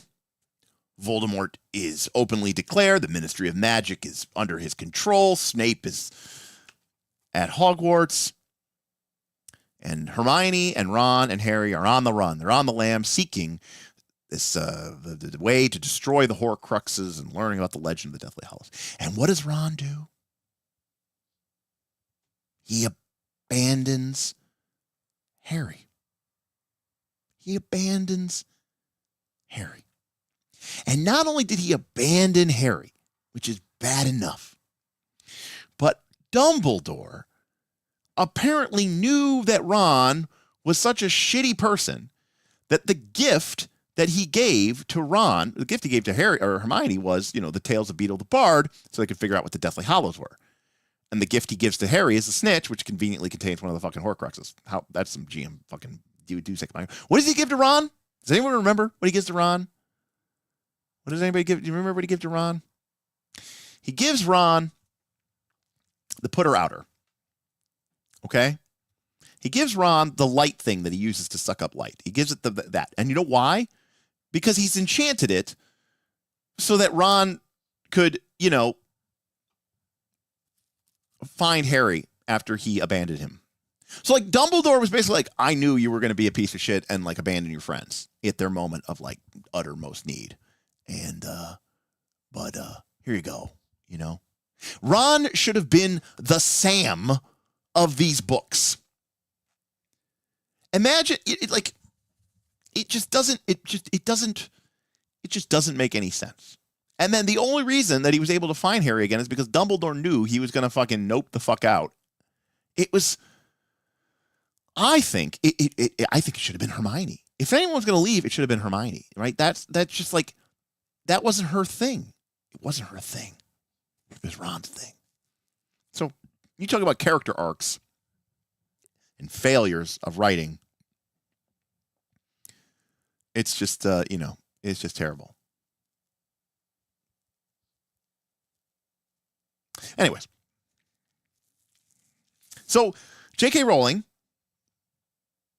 outside of any sort of terrible human traits, it just can't write characters. But she can create a pretty cool world that I would totally want to live in. Hell yeah. Most unrealistic thing about Harry Potter. That these people who are muggles don't go to Hogwarts and spend all day, every day, learning how to cast fucking spells. They're like, oh, I've got to go to transmutation. Oh, so boring. I have to magically reshape reality with a flick of my wrist. I'm sorry, what? Dude, you lived under your fucking stairs for the last 10 years. What are you talking about? I get why Ron, this is no big deal for him, okay? He's been around it his whole life. It's no big deal. But for you, my God, man, the fuck? Doesn't even make any sense. You should be just sitting there nonstop, 24 hours a day, like passing out. It's crazy.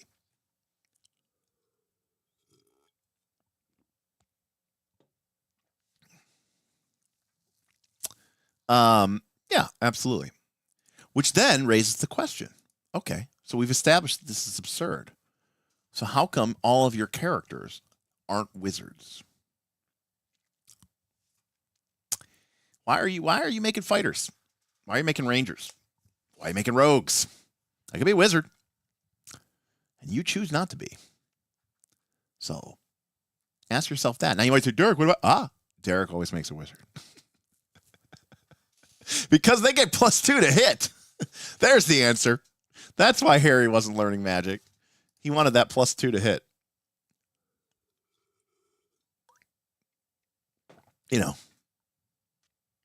It's like reshape reality at will, +2 to hit, And by the way, Pathfinder 2, that's like, that's the math.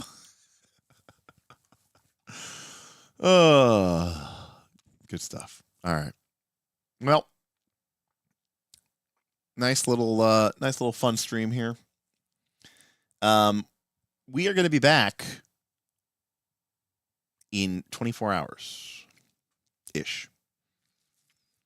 And we are going to stream early Monday morning for me. So it'll be like 4 a.m. Eastern time Monday. So it'll be like noon-ish, 1 p.m. over in Europe. And it'll be like 6 or 7 p.m. in Eastern Australia-ish, New Zealand. So that's our next stream. Vin's going to be on. No. No, that will not be a Dungeon World 2 stream because Vin hates Powered by the Apocalypse and he hates Dungeon World, and I would maybe I should do it to him just to torment him. Although it will be stream number 300, so it'll be nice to have someone like Vin on who has been with us since the very beginning of the channel. He was a fan of Rise of the Runelords before we even had a Patreon, and then when we had a Patreon, he was one of our earliest patrons. So all good stuff. So it'll be a lot of fun. All right, everybody. Well, I have now been awake for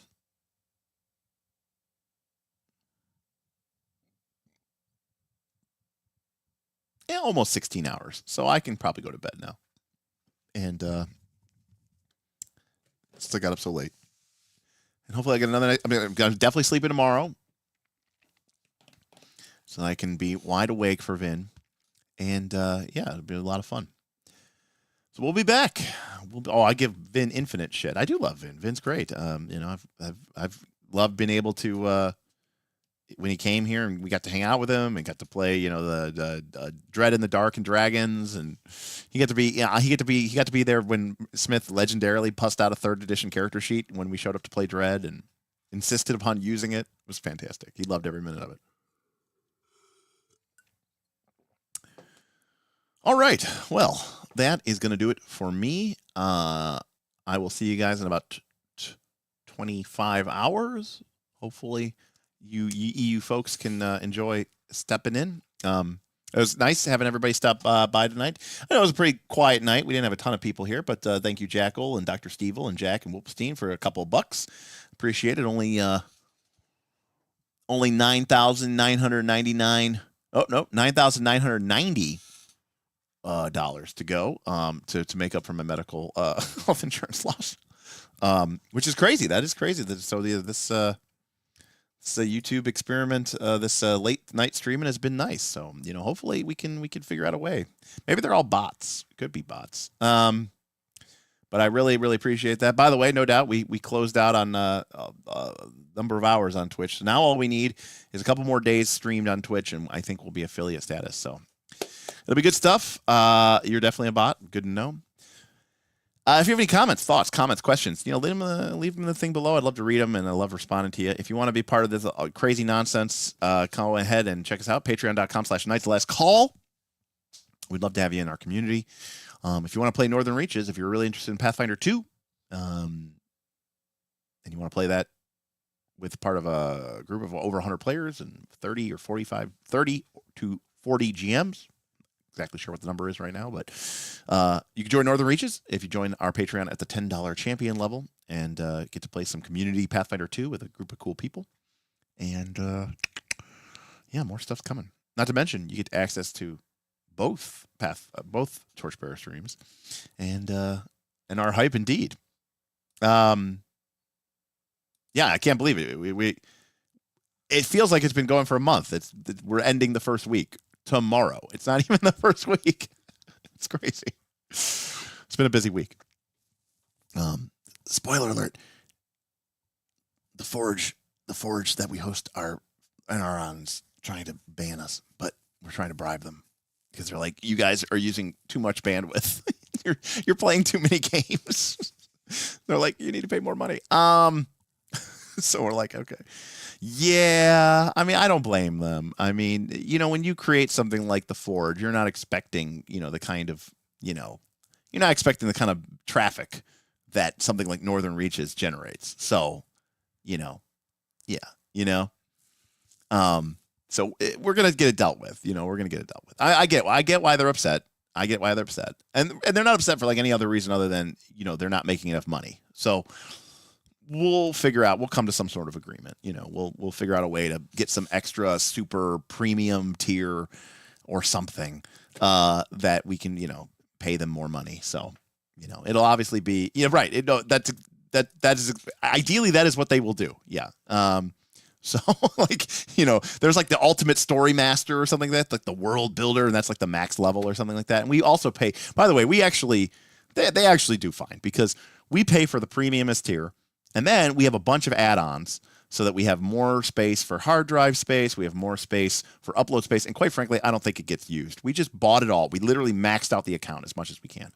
And to be fair, we're using it a lot now, now that Northern Reaches kicked off. But also like 4 or 5 months of the year, we're still paying that. We never change it. We don't downgrade it. They're getting it for free, you know, because we're not using the servers at all. So there's like a good 4 or 5 months where like the activity is essentially zero. And they don't care. You know, now they're like, oh well, you know, we'll take your money per month. But realistically, this will probably change our server costs from, you know, a couple hundreds of dollars per year to maybe I'm hoping it's like, you know, $1,200 or something like that. Like if they'll agree to that, if they'll, you know, maybe around $1,000 or something like that. Obviously, normally I wouldn't even remotely care, but now that every dollar I spend on the channel, it's like $1 out of my payback. I ran, because I mean, let's be clear. All Forge is doing, I'm not saying that this isn't a service, because it is a service. We're using it.